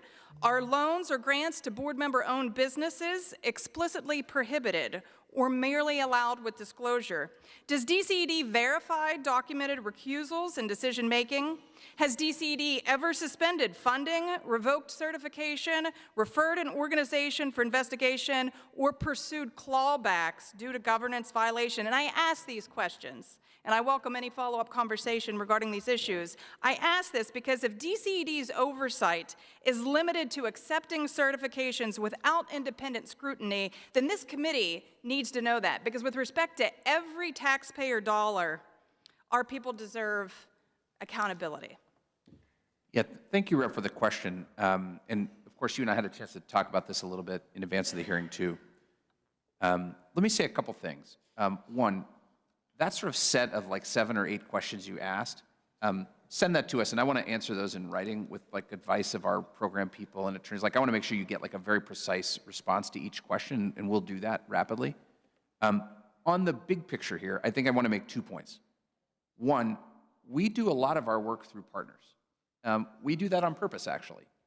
We're a grant maker, but we run pretty lean. We got like 375 folks, and we're doing a couple $1 billion when you add up all the federal money. And we do that because A lot of these dollars go out. With all due respect, and I could, just because I want to be time sensitive, the chairman sure. does not like it when I go over time. Yep, I got it. Thank you, Mr. Chairman. So specifically, I think you can agree with me that this type of insider self-dealing is unacceptable.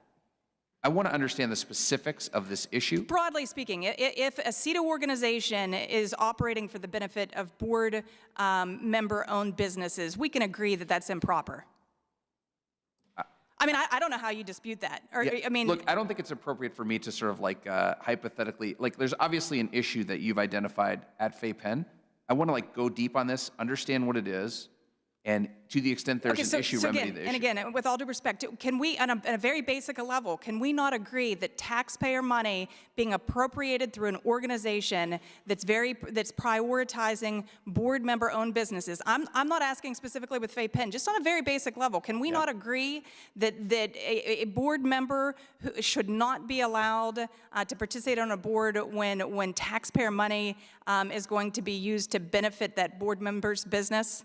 I think that governance principles in a nonprofit or in the government would suggest that certain best practices should be in play, like recusals and things like that. But I'm not prepared to make a sort of hypothetical blanket statement here. I do want to understand, and we talked about this prior, like I would like to get a briefing on this specifically because we work with all these partners, it's incumbent upon us to focus on waste, fraud, abuse, audit, which we do every single day.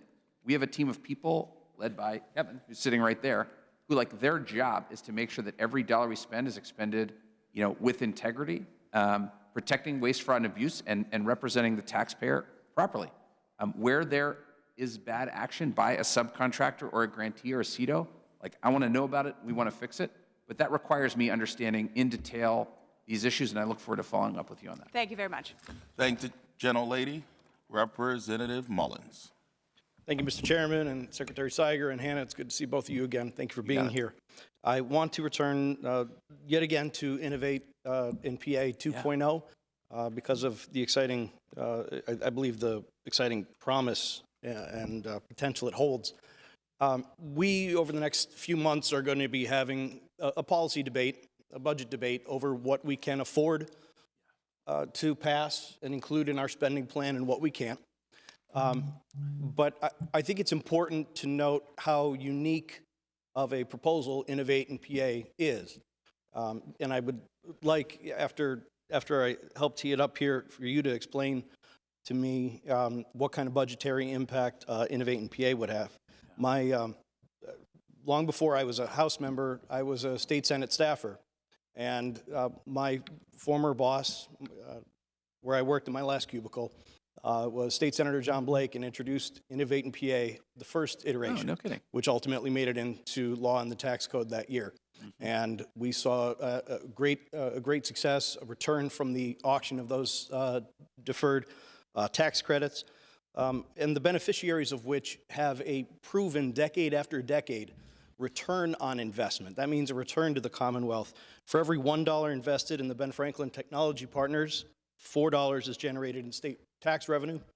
The life sciences greenhouses, since their inception in 2002, have invested just under $128 million, yet leveraged over $5 billion of economic activity, and have, in the meanwhile, created just under 4,000 high-paying jobs, and day in and day out are working toward the treatments and therapies and technologies for some of our most ravaging diseases. But again, our budgets are about what we can afford and what we can't. Can you explain to me how how Innovate 2.0, if it will have the zero net impact on the state budget in the near term, and how we make sure when those tax credits, when the bill comes due in a few years, that we are able to afford it, and is it attributable to those returns that we see? Yeah, thank you for that question. This is really, really important, not just for Innovate, which I'll talk about in a second, but for a lot of our programs. When we request funds from you for PA Sites or PA First or Innovate 2.0, like I think of those as investments. When we do a deal with Lilly, for example, like we do a bunch of math around direct and indirect benefit to the Commonwealth, and we like calibrate our incentive based on that math. And these are like incredibly powerful deals to us in terms of what we think of as like terminal value, like the 20-year value of that kind of investment. And when we look at something like Innovate 2.0, many of the proposals that we're putting forward here are designed to, let's say, increase the speed of the flywheel of our innovation economy, which has, tremendous positive economic impact in direct impact for job growth, like personal income tax, the Commonwealth, but also broadly building communities, right? It builds wealth, it builds, it helps keep companies, real like Capistan in Philadelphia. And I think we do that in like 4 ways here. We do it by recapitalizing in a modest but real way the Ben Franklin Technology Development Authority Venture Fund, where we subgrant out dollars to venture money, early stage venture money typically, that's going to Pennsylvania companies. We want to do it through this life science set of activities, which I've talked about around talent and clinical trials, and frankly, incentivizing partners like the Ben Franklins, like universities, like companies to come together to solve some of these tough problems. We want to do it through creating a venture studio model, which is really like a place-based version of an accelerator. And we want to do it by, frankly, giving us, Mike and me and our team, some dollars that we can use for flexible strategic response. So, for example, when the Ben Franklin Partners of Southeast Pennsylvania go out and try to win a big federal grant in life sciences like they've done, I don't have to like search the couch cushions for dollars that I may or may not be able to commit in 5 years. Like, we have funds that can help take advantage of these, significant innovation-based opportunities. Other states, as has been pointed out, have deployed, really significant scale in these kinds of activities. They've seen real success. We've got the building blocks here to get this done, and welcome your feedback and support to try to do it. And by the way, it's really cool that you worked on Innovate 1.0. I did not know that. Yeah, there's some real nostalgia going on, but it's important that we've seen the program already work and be responsible with taxpayer dollars and help to superfund these programs, which have a guaranteed decade after decade, strong positive return on investment to the Commonwealth. So I think it's important as we continue to tout this program that we are, that we are drilling home the point that this is not going to cost anything, but rather will receive a strong return on the back end. Thank you, Rep. Appreciate that. Thank the gentleman, Representative Devanzo. Thank you, Chairman Harris, and thank you, Secretary Sager, for being here today. Energy, I want to talk about Act 45 a little bit here. Energy underpins nearly every DCED initiative. It affects manufacturing, data centers, small business growth, even affordable housing. Ohio and West Virginia have lower electricity bills than Pennsylvania. They never entered into RGGI, while we did. At the same time, we've heard today that we must expand affordable housing. But if families cannot afford their energy bills, they cannot afford home ownership. I've heard from families that have received a $500 to $600 a month electric bill. So I want to tie this together. From a competitive standpoint, do you think our participation in RGGI increased cost or created uncertainty that puts Pennsylvania at a disadvantage amongst our neighboring states? Thanks for the question, Rep. I'm not exactly sure how to answer that question. What I guess I would say is the first part of your statement I fully agree with, which is like energy is not just a critical element of our economy. It's also like a real competitive strength for us. That was true last year. It's true again this year. And in fact, as you know well, the sort of importance of energy as a component of decision-making for companies is only increasing. Like 2 years ago, I would have sat here and said confidently, the #1 component of site selection for a company is workforce and availability of workforce. It's now been eclipsed, like in surveys we've seen, by availability of energy. So on that point, we agree. And I think my focus is going forward on really 2 things. One, maximizing Pennsylvania's economic position, using that energy as a core asset. That's true in manufacturing, as you point out. It's certainly true in AI infrastructure and true in other components of our plan. And I think we've talked about it earlier. The governor's put forward an energy plan, like a policy set of steps that we believe we can take to incentivize additional generation onto the grid, to speed up permitting for strategic energy projects, and a whole slew of other items to move ahead. So I do think it is time for us as a state to take a hard look at these issues, make progress on energy, even as we, run 100 miles an hour every day to close great projects, which you're absolutely right, are based on energy availability. Yeah. Is there a list?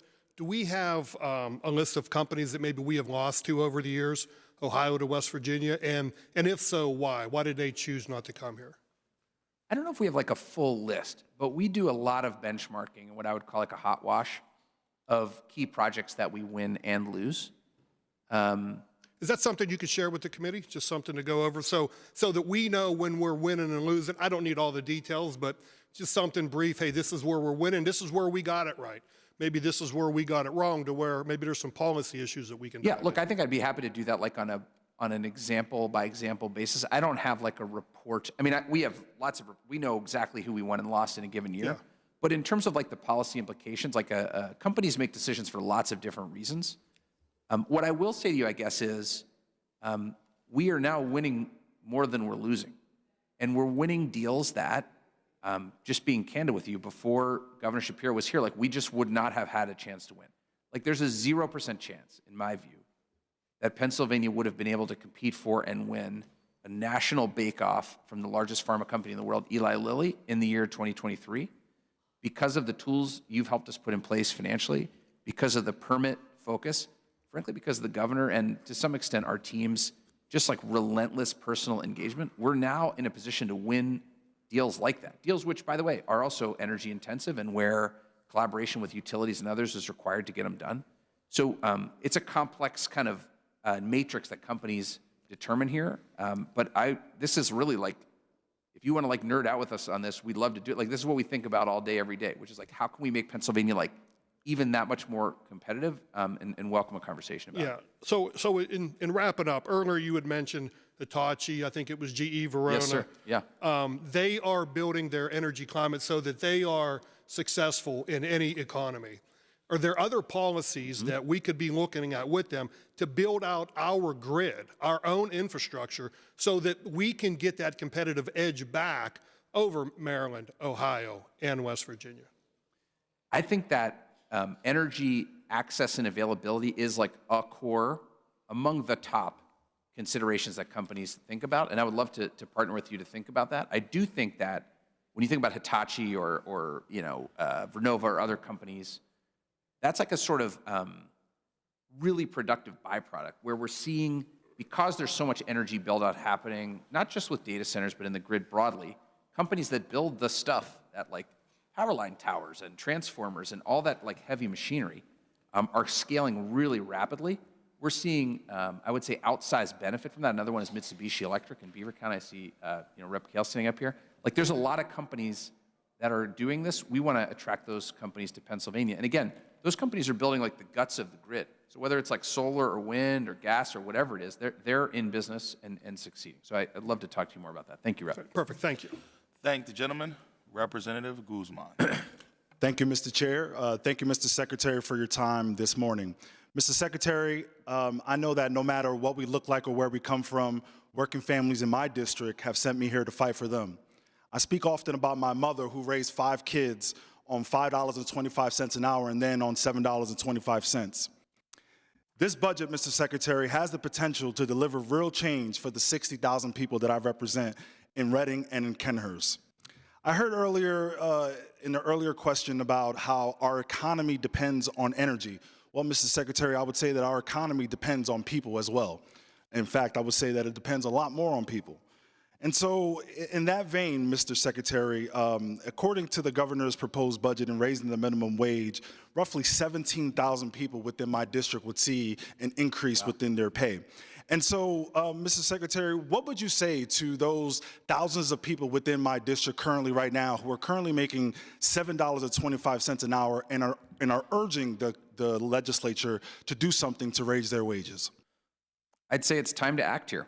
It's time to increase the wage to $15. In addition to the tens of thousands in your district, the number across the state is estimated by LNI at 553,800 folks that make like between $7.25 and $15. And again, as I said earlier, these are not just like kids' summer job, people. These are families. To your point, I didn't know that about your mom, but this is like a perfect example. And it's a fairness question. It's an economic question. It's about lifting people out of poverty, giving them a fair shot to move forward. Let's get this done. Let's raise the wage to $15. Every state surrounding Pennsylvania has done this. And you know, we hear a lot lately in our political rhetoric about affordability. In fact, the president talked in length last night about affordability. In my opinion, though, the best affordability program is a good paycheck for the over 17,000 people that I represent. And so, do you believe that they deserve dignity in their wage? Of course, sir. Thank you, Mr. Secretary. I'd like to move on to the housing plan that the governor talked about. And of course, in my district, again, families are roughly paying about 48% of their income towards rent. I personally know warehouse workers that are working at the Amazon Fulfillment Center who sleep in their cars between shifts because they can't afford an apartment and/or childcare.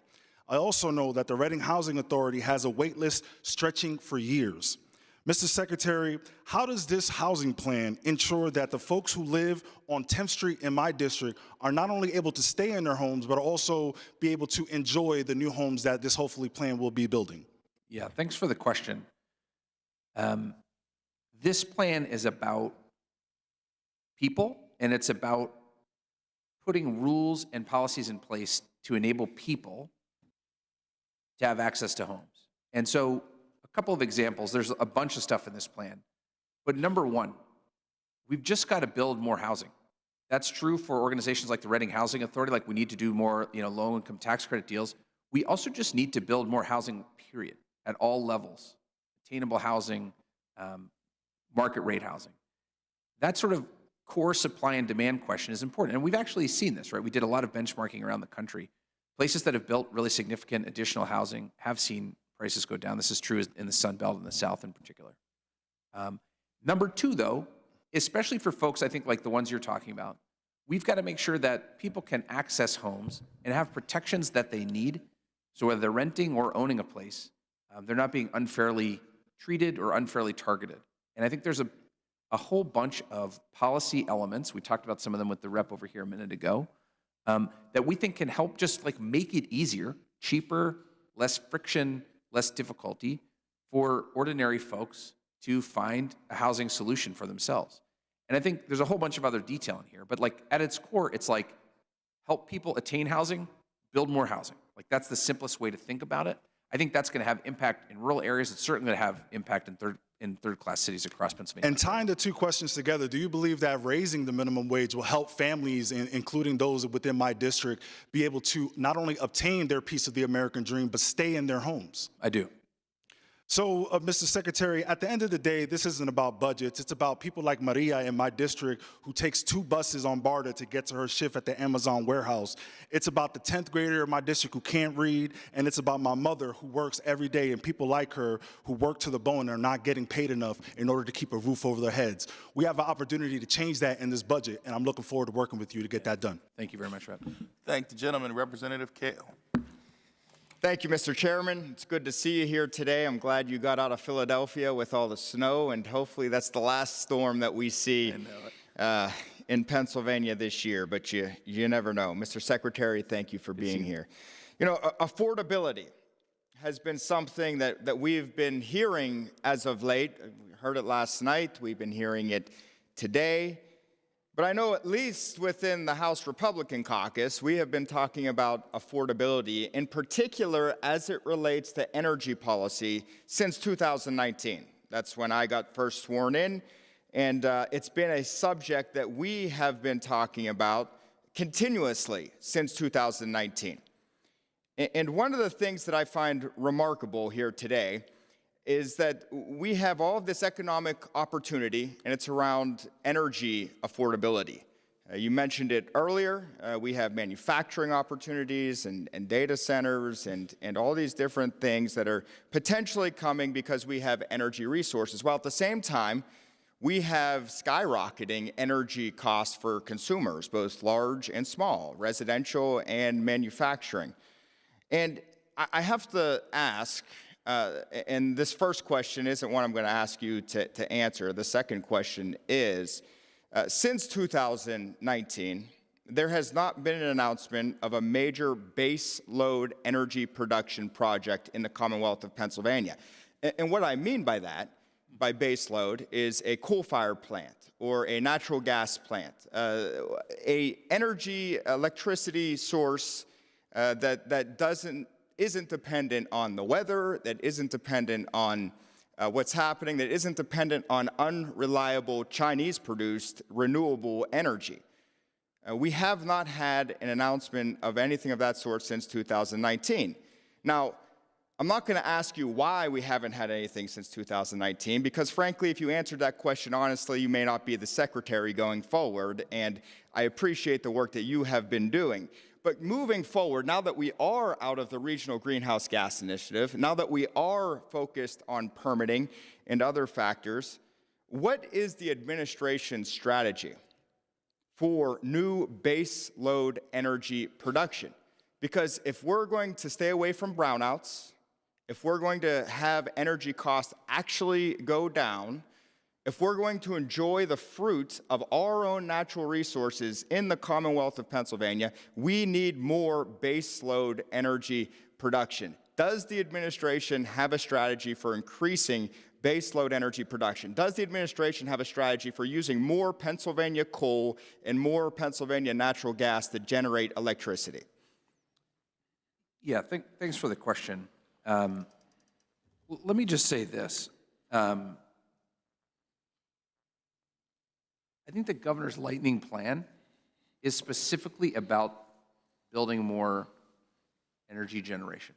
It's a plan that he outlined last year. It's a plan that he's brought forward again this year. It's a plan that in the speech which he gave right here to all of us, he said he wants to work with folks to come up with the right plan. And let me just let me call out two specific pieces here, which I think get specifically to your question. One is repositioning the EDGE tax credit to support new generation.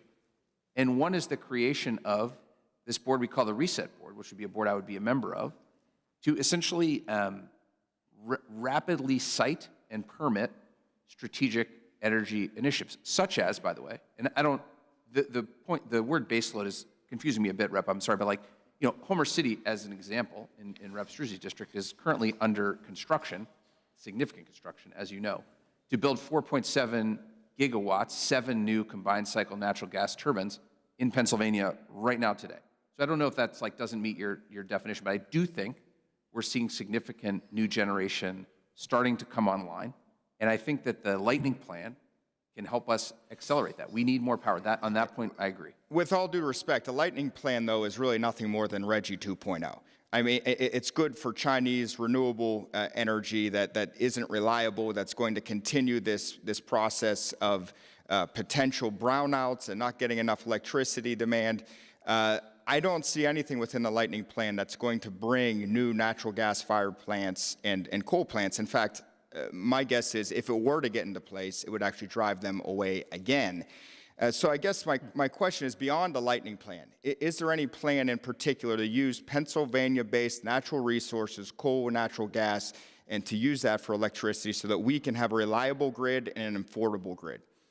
I think on the question of whether we want to have a reliable, affordable grid, the governor has led with the Lightning Plan. He's led by engaging PJM to cut costs for consumers. We are seeing with our own eyes like substantial new industrial growth here in power generation, in manufacturing base around power and energy companies. And I would be pleased to work with you, Rep, to try to keep this momentum going. Thank you, Mr. Secretary. Yeah, Thank you, Mr. Chairman. Thank the gentleman, Representative Bellman. Thank you, Chair, and thank you, Secretary, for being here. So I have a couple of business corridors in my district, and I wanted to get a little bit more information about the Main Street Matters program. Yeah. So what's the demand like for the Main Street Matters program, and is $20 million in funding enough, or do you think we need to increase it? Yeah, thanks for the question. When I came in, we had a program called Keystone Communities. The competitive part of it was like $6 million, which for a state of 13 million people, it was like a little bit limited. We pushed hard. This body and the Senate, we're able to support a growth to $20 million, which is substantial. It enables us not just to fund more communities, but actually enables us to change the rules a little bit to expand. Mike, do you happen to have the like total demand of Main Street? Yeah, the total demand for Main Street Matters was 53 million. 53 million. So 53 million.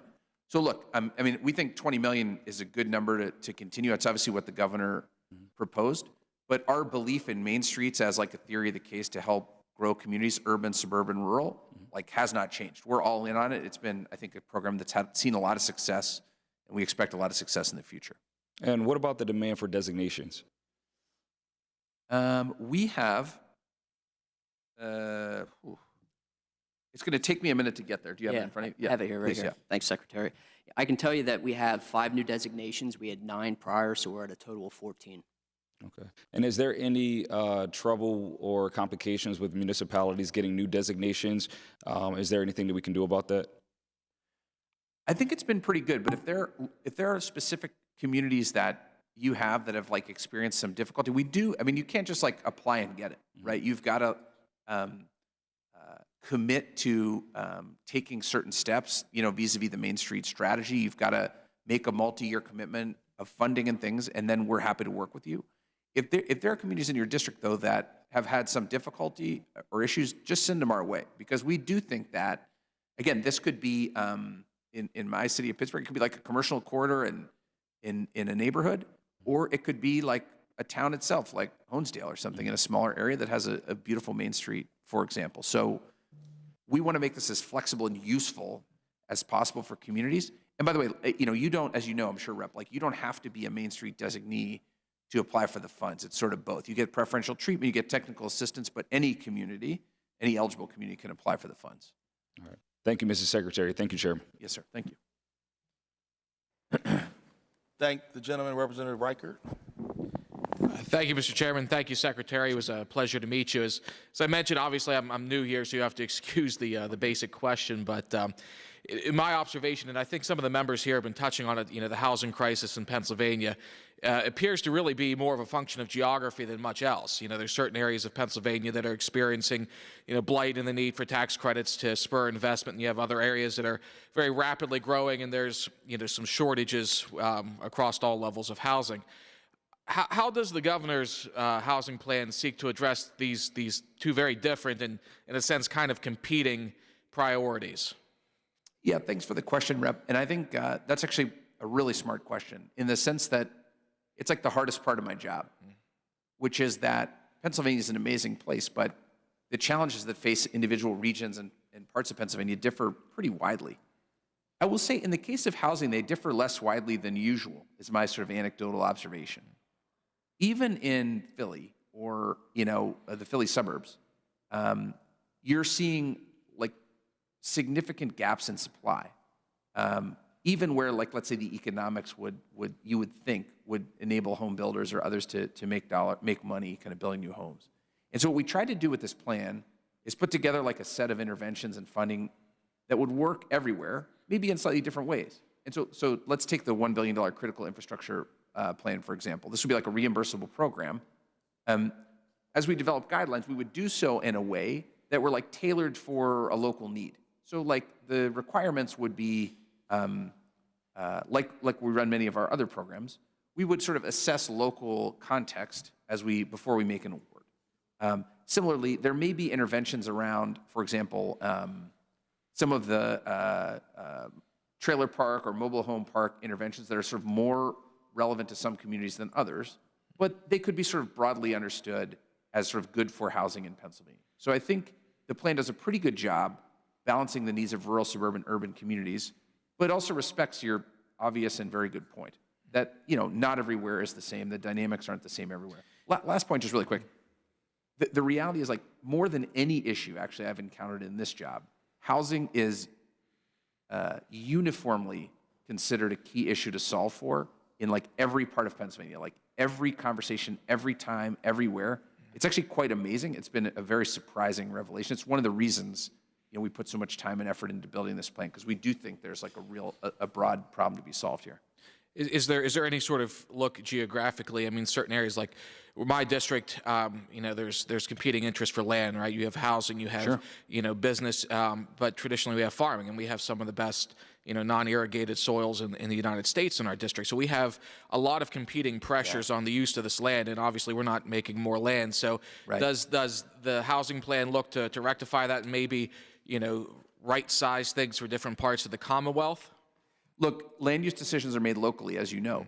What the plan does do is acknowledge that and put forward a set of ideas for how the state can partner with municipalities and counties through things like developing model zoning codes or adjusting the municipal planning code to make sure that local governments have the tools they need to make smart decisions for themselves. I can't tell a municipality in your district, you know, whether they should have more farmland or less housing or more industry. What we can try to do is make a case, develop kind of resources for these municipalities to make these decisions in a way that's sort of smartest for their efforts. I do think that this plan on housing does push it a little bit, though. We need more housing. What we're doing, the status quo, is not working. And therefore, I think we've put forward a bunch of ideas around zoning and other things to work with local governments to try to unlock more housing, but always with local context in mind. Good. Thank you, Mr. Secretary. I look forward to, you know, exploring this a little bit further with you, and again, just trying to balance again those competing interests and, you know, the need for, you know, producing food and jobs as well as housing and everything. So thank you, sir. Thank you, Rep. Yeah. Thank the gentleman, Representative Malagari. Thank you, Mr. Chairman, and thank you, Secretary Seiger, for your time and testimony, and thank you to your team for preparing for today. I represent a district in north central Montgomery County. You mentioned during your opening remarks about the large investment in the Lehigh Valley at Eli Lilly in manufacturing. I was honored to attend last week, along with you, the Johnson & Johnson announcement of over $1 billion in investment for an additional manufacturing site in Montgomery County as well. Representing a neighboring area to that project, I have many constituents that actually work within the biopharmaceutical industry or at growing companies at places like the Springhouse Innovation Park. So Montgomery County and the local area to my district is rich in life sciences, as we know, and talent and companies like Johnson & Johnson, GSK, Merck, Pfizer, and Almac, which we are all thankful for. But I want you to speak to some of the other multiplier effects that these companies and the effects of these companies have and why their work matters outside of places like southeastern Pennsylvania. Yeah, thanks for that question. That was a great day. Thank you for being there. It's always fun to celebrate the culmination of, you know, what you can imagine is just a massive amount of work by the company and by our team to ensure that investment came to Pennsylvania. Huge opportunity for Montgomery County and for a long time employer like J&J. They're no stranger to Pennsylvania. We thank them for the investment. Look, it is incumbent upon us to share why we believe life sciences is not just about the sort of intense pharma ecosystem, for example, of Montgomery County. And here's a couple of examples that I think are interesting. One is the manufacturing base around life science. So, of course, there's a huge amount of that by you. But, you know, Eli Lilly went 50, 60 miles to the north, you know, made a really significant investment. Actually, if you go even further north, you'll find Sanofi, which is a massive life science manufacturer in the Northeast, in Swiftwater, Pennsylvania, employing thousands and thousands of folks directly, and really, you know, forming the tax base and community for a significant part of that region.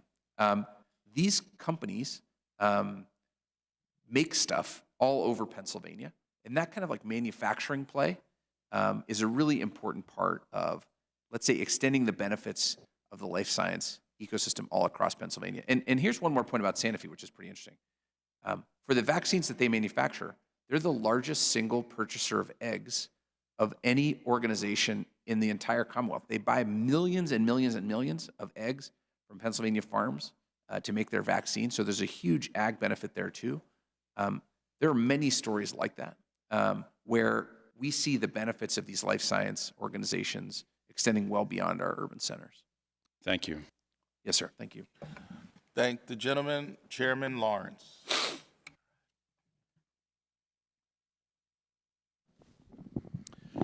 Thank you, Mr. Chairman. Good morning, Mr. Secretary. Morning. Appreciate you being here today and appreciate your continued service to the Commonwealth.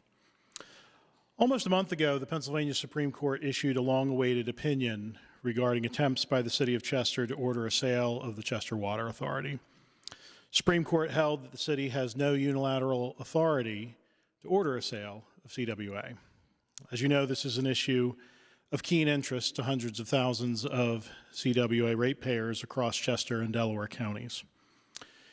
DCED, your agency, oversees financially distressed communities in Pennsylvania, including the City of Chester. The receiver for the City of Chester, who is a governor appointee and paid out of DCED's budget, has decision-making authority for the city. In light of the court's recent decision, I want to know what DCED's position is today regarding any potential sale of Chester Water Authority. From DCED's perspective, given the court's ruling, is a sale of CWA off the table? Thanks for the question, Rep. You are absolutely correct, of course, that we recently, very recently, were made aware of the Supreme Court ruling. As a result of that ruling, it's clear that the City of Chester, as you point out, does not own the authority. In fact, it's owned by the three taxing bodies, if I'm not mistaken, the city and the two counties. And as a result, the receiver, who works for, is paid by us, as you point out, but is legally independent for good reason, is reassessing options here. But the plain reading of that decision would imply that, he's got to shift his strategy, with respect to the water authority. So it's your position then that the strategy has been shifted. Could you expound upon that a little bit about what that strategy might be going forward? I guess my point is, this is maybe like 3 weeks ago, like a very recent decision. We reviewed it. Obviously, following the oral argument, which was, I believe, over a year ago, we knew that this was a possibility. But I think it's sort of premature for me to articulate the receiver's strategy coming out of this. I do think that the North Star of this whole process remains the same, which is Chester is bankrupt. The people of Chester deserve a functional government. They deserve a high quality of life as a great city in Pennsylvania. I think the receiver's actually made really enormous progress in the last year in terms of like the day-to-day management of the city itself. They're professional department heads. They are working to a budget effectively. The city is running better. But that doesn't change the core question here, which is there are significant bankruptcy liabilities that need to be disposed of in the most advantageous way. And the receiver continues to work hard at that. So I would agree with some of the things that you've just said there. The financial problems facing the City of Chester are not going away. And the good folks who live in the City of Chester do deserve reliable and competent services. I will say I was surprised. I don't see anything in the governor's proposed budget regarding this. And this is a long-standing, ongoing issue. This isn't something that just cropped up yesterday. Is there any thinking from DCED about the way forward for the City of Chester, a state bailout? Is there as you mentioned, the court decision that came down was a distinct possibility. I have to imagine that there is some thinking going on about what the way forward might be. I guess I'd say like 2 buckets of effort. One is I've been actually really pleased at progress we've made in engaging with the mayor, with stakeholders in the city about like a forward-looking, proactive economic development plan for the city. Like what would it mean for Chester to win going forward in terms of housing or industry or, placemaking or beautification? And I think that's been a good process thus far. And actually, we've used a model that we developed in a revitalization effort of downtown Pittsburgh. Obviously, Chester's smaller, but the same kind of opportunity. I think with respect to the bankruptcy overall, we are at arm's length from the receiver for a reason. We monitor the situation very carefully, and you and I have talked about this many times, of course, Rep. And I think based on the outcome of this decision,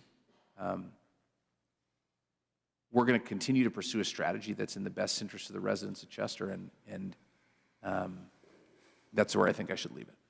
Very good. Thank you, Mr. Chairman. Thank the gentleman. Representative Mays. Hi, Secretary.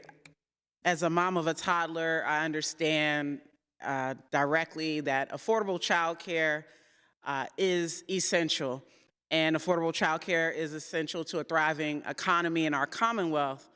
Right now, average costs of childcare in Pennsylvania may range from $800 a month to $2,000 a month. And so DCED has invested in programs like the Urban Redevelopment Authority in the city of Pittsburgh, where I represent, in the Child Care Reinvestment Business Fund, which provides for forgivable loans below market interest rates. There are also models in other states like Maine and Connecticut that are building child care incubator labs so that we can stimulate business growth among child care providers. And we know that the governor's administration has provided retention and recruitment bonuses to child care workers. All those types of models are essential to affordable child care in our Commonwealth. My question to you is, what is the department's strategic vision around economic business investments in child care, whether it comes to the operators or the workers themselves, and just building child care infrastructure across Pennsylvania? Yeah, thanks for the question. Couldn't agree with you more that child care is like a critical enabling kind of capability for our economy. I'm now the dad of a 5-year-old. Mike has a 5-year-old. Us, like, we totally get it. We're like in it with you. And it's tough. Our department does not, other than a few limited grants, like we don't provide grants to or like support child care agencies. That's handled by other colleagues in other departments who I'd encourage you to talk to about it. But what I will say about it is, from an economic perspective, it's like a key barrier to entry for people to enter the workforce. And so like when you look, especially in rural Pennsylvania, but all of Pennsylvania, our labor participation rate, that is the percentage of like working age people who are in a job, is lower than some bordering or competitive states. This childcare question is a big part of that. Transportation is a big part of that. And I think when we look at these issues broadly, like, yes, we need childcare to have like safe, healthy, successful kids, but we also need it to grow our economy. It's kind of how we think about housing too. Like, I think it's just a more powerful way to think about it, and helps us move some of these policy initiatives forward more effectively. So I'm with you on this. I think childcare is important. Our department's direct like purview and funding is fairly limited, but I know the governor's overall budget, the administration's focus on this is really keen. Well, thank you for that. I just would like to encourage continued and expanded investments in the grants that you do make in this in the child care infrastructure, like the CRIB program in Pittsburgh. I think it can be a powerful way to catalyze more classrooms to open and more spots for our youngest learners to have the opportunity for education. Thank you so much, Secretary. Thank you, Chairman. Thank the gentlelady. Chairman Miller.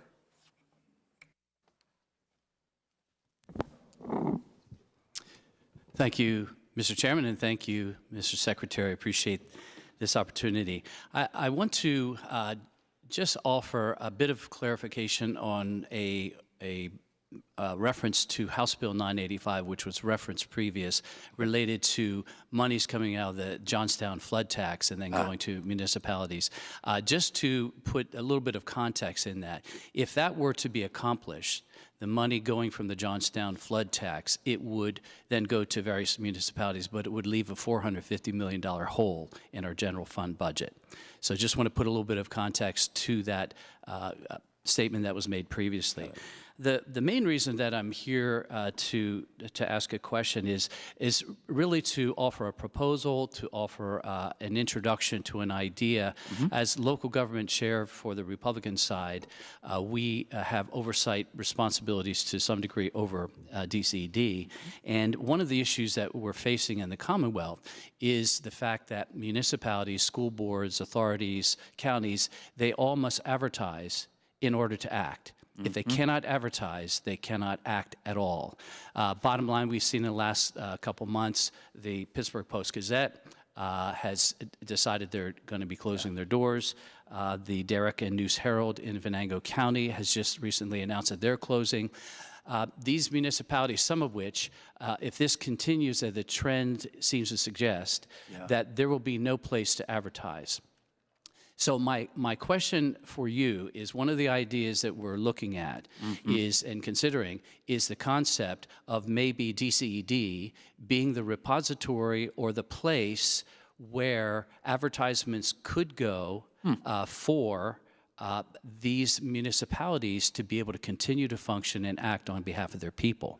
So I know that this is a little bit different from the normal appropriations hearing, but this is an important issue across the Commonwealth. So I wanted to just get your initial reaction to that as a possibility. Yeah, thanks for the question. And I don't think this is very much, I think, in scope for this hearing. I appreciate you raising it and the spirit in which you do it. I'm very familiar with this issue broadly. I know there's a bunch of legislation out there focused on it. I don't believe we've taken a formal position on any of it, but why don't we follow up with our local government services folks and you or your team and have a conversation about this? Clearly, the way people access information is changing dramatically, has changed dramatically since the days of, everybody gets a newspaper delivered on their doorstep. And I think it's incumbent upon us to evaluate alternatives to figure out how to, accomplish the spirit of this law, which I think is important, transparency and accountability for our public bodies, but also in a way that's sort of relevant in today's information environment. So yeah, more than happy to have a conversation with you about that. And look, we try to be a trusted partner to every single local government in Pennsylvania, really every single Pennsylvanian, and welcome a chance to consider that further.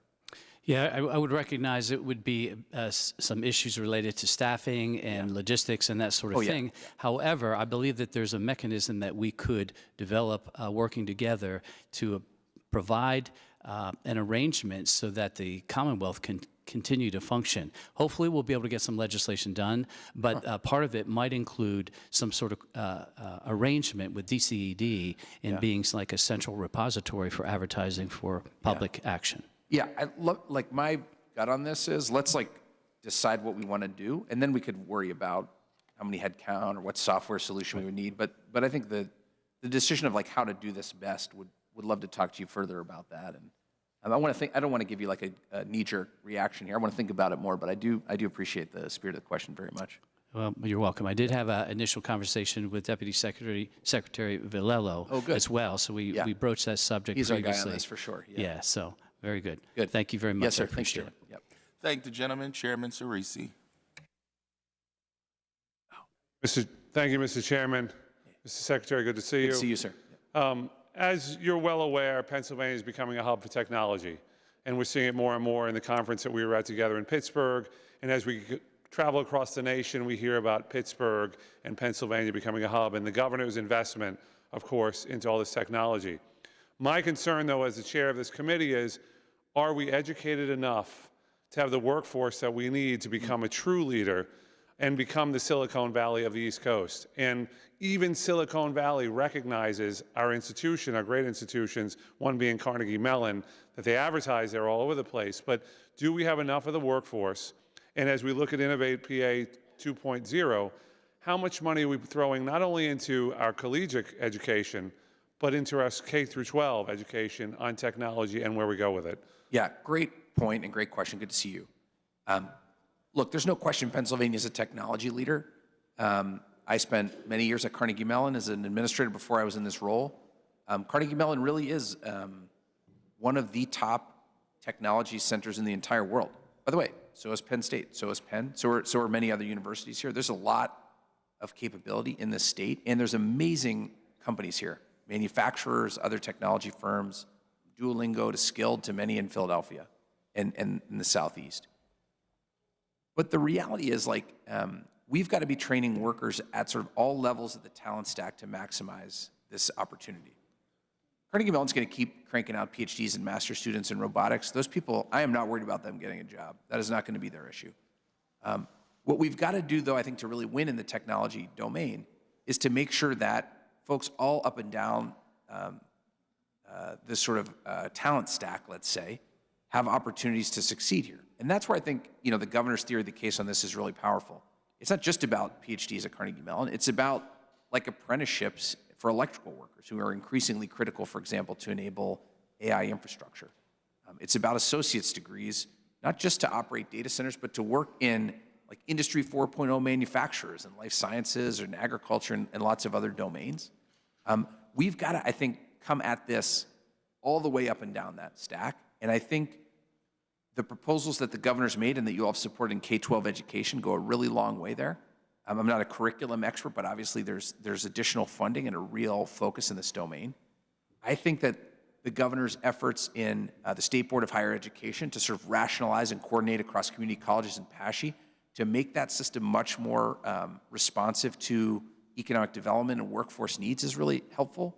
And candidly, I think the work that we do to try to attract really high-quality companies and high-quality jobs all across Pennsylvania is going to result in us attracting this talent also from outside our borders, right? And I think it's going to take all those pieces to win here. But in tech, like, this is about people fundamentally.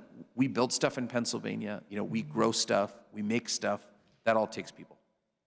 Thank you. And one follow-up question. We talk about PA 250 and the celebration. How are we using technology as a tool to get people not only to come to Pennsylvania, but to also sell Pennsylvania as a technology hub for people coming from all over the world to see us in a different light, not just to come vacation here, but bring your industry here. And through PA 250, are we doing anything for that? Yeah, great question. Macro answer, micro answer. On the micro side, at every one of these big 250 events, our business marketing team is geared up to host executives, host real estate leaders, to make sure they see everything Pennsylvania has to offer. That's more like a business to business. You're not going to like see that on TV, but really important. And I think you'll see, let's take the NFL draft as an example because it's closer and I think the plans are more refined. You're actually going to see not just like Permane sandwiches on the grill or the inside of a steel mill. Like you're going to see Pittsburgh presented as like an AI capital, a technology forward capital. Everything from like the talk tracks of NFL executives down to the way Pittsburgh's presenting itself and marketing itself. I think they're trying to do that as a tech-forward city. We're supporting that at the state. And so I do think it's a balance, tourists, businesses, et cetera, but I do think you're going to see some of that tech-forward messaging in the way that we're presenting Pennsylvania to the world, not just as a state, but at the local level, too. I think it's an important point. I can say this is because I'm a longtime Pittsburgher. You know, like, I love the steel industry. I'm proud that U.S. Steel continues to grow. I'm proud, you know, that they're continuing to look at Pennsylvania as an opportunity. But there's a lot more than steel in Pittsburgh, and it's important that we tell that story globally. Thank you, Mr. Secretary. Thanks, Mr. Chairman. Thank the gentleman. Chairwoman Daly. All right.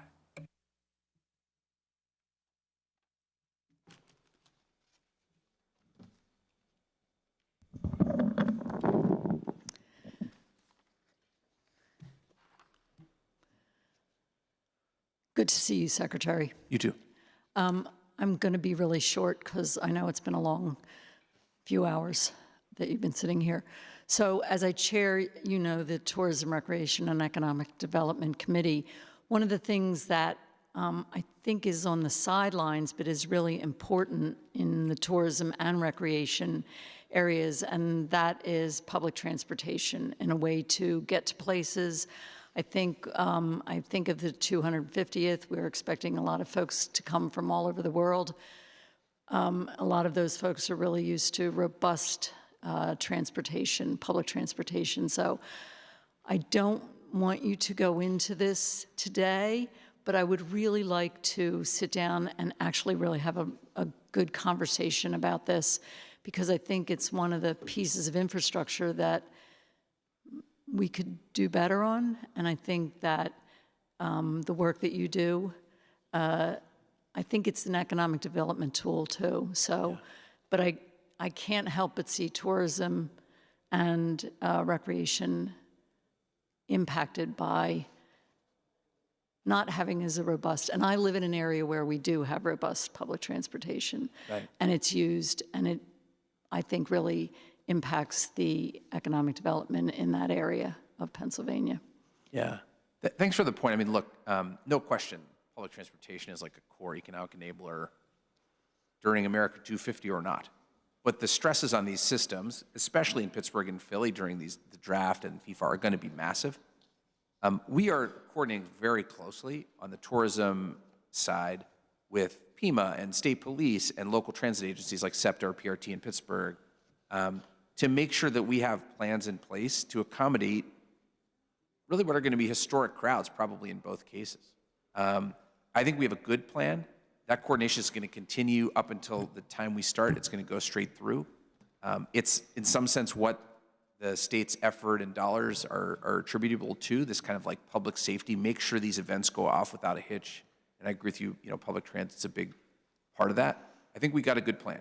And we're going to be working at this hard, right up until these events begin. So we also have to think of beyond we do 2026. So, but I'm glad to hear that you're talking about that. And if we could, whoever in your area would be the best people to talk to, I'd love to have those conversations. Let's do it, and would love to, if it's okay with you, maybe bring in colleagues from PennDOT as well, just given their expertise here. So yeah, welcome Excellent. that chance. Yeah. Thank you. Thank you, Rep. Chairman Struzzi? Waves all? All right. That does it. That's it. That was easy. It's a good first. That was a good first budget hearing for our 2026 season. And so we want to thank the Secretary and his whole team for being here for this budget hearing with the Department of Community Economic Development. Community Economic Development will be going to do 1:30 here for the Department of Agriculture. So we'll conclude this hearing and we'll be back at 1:30 for the Department of Agriculture.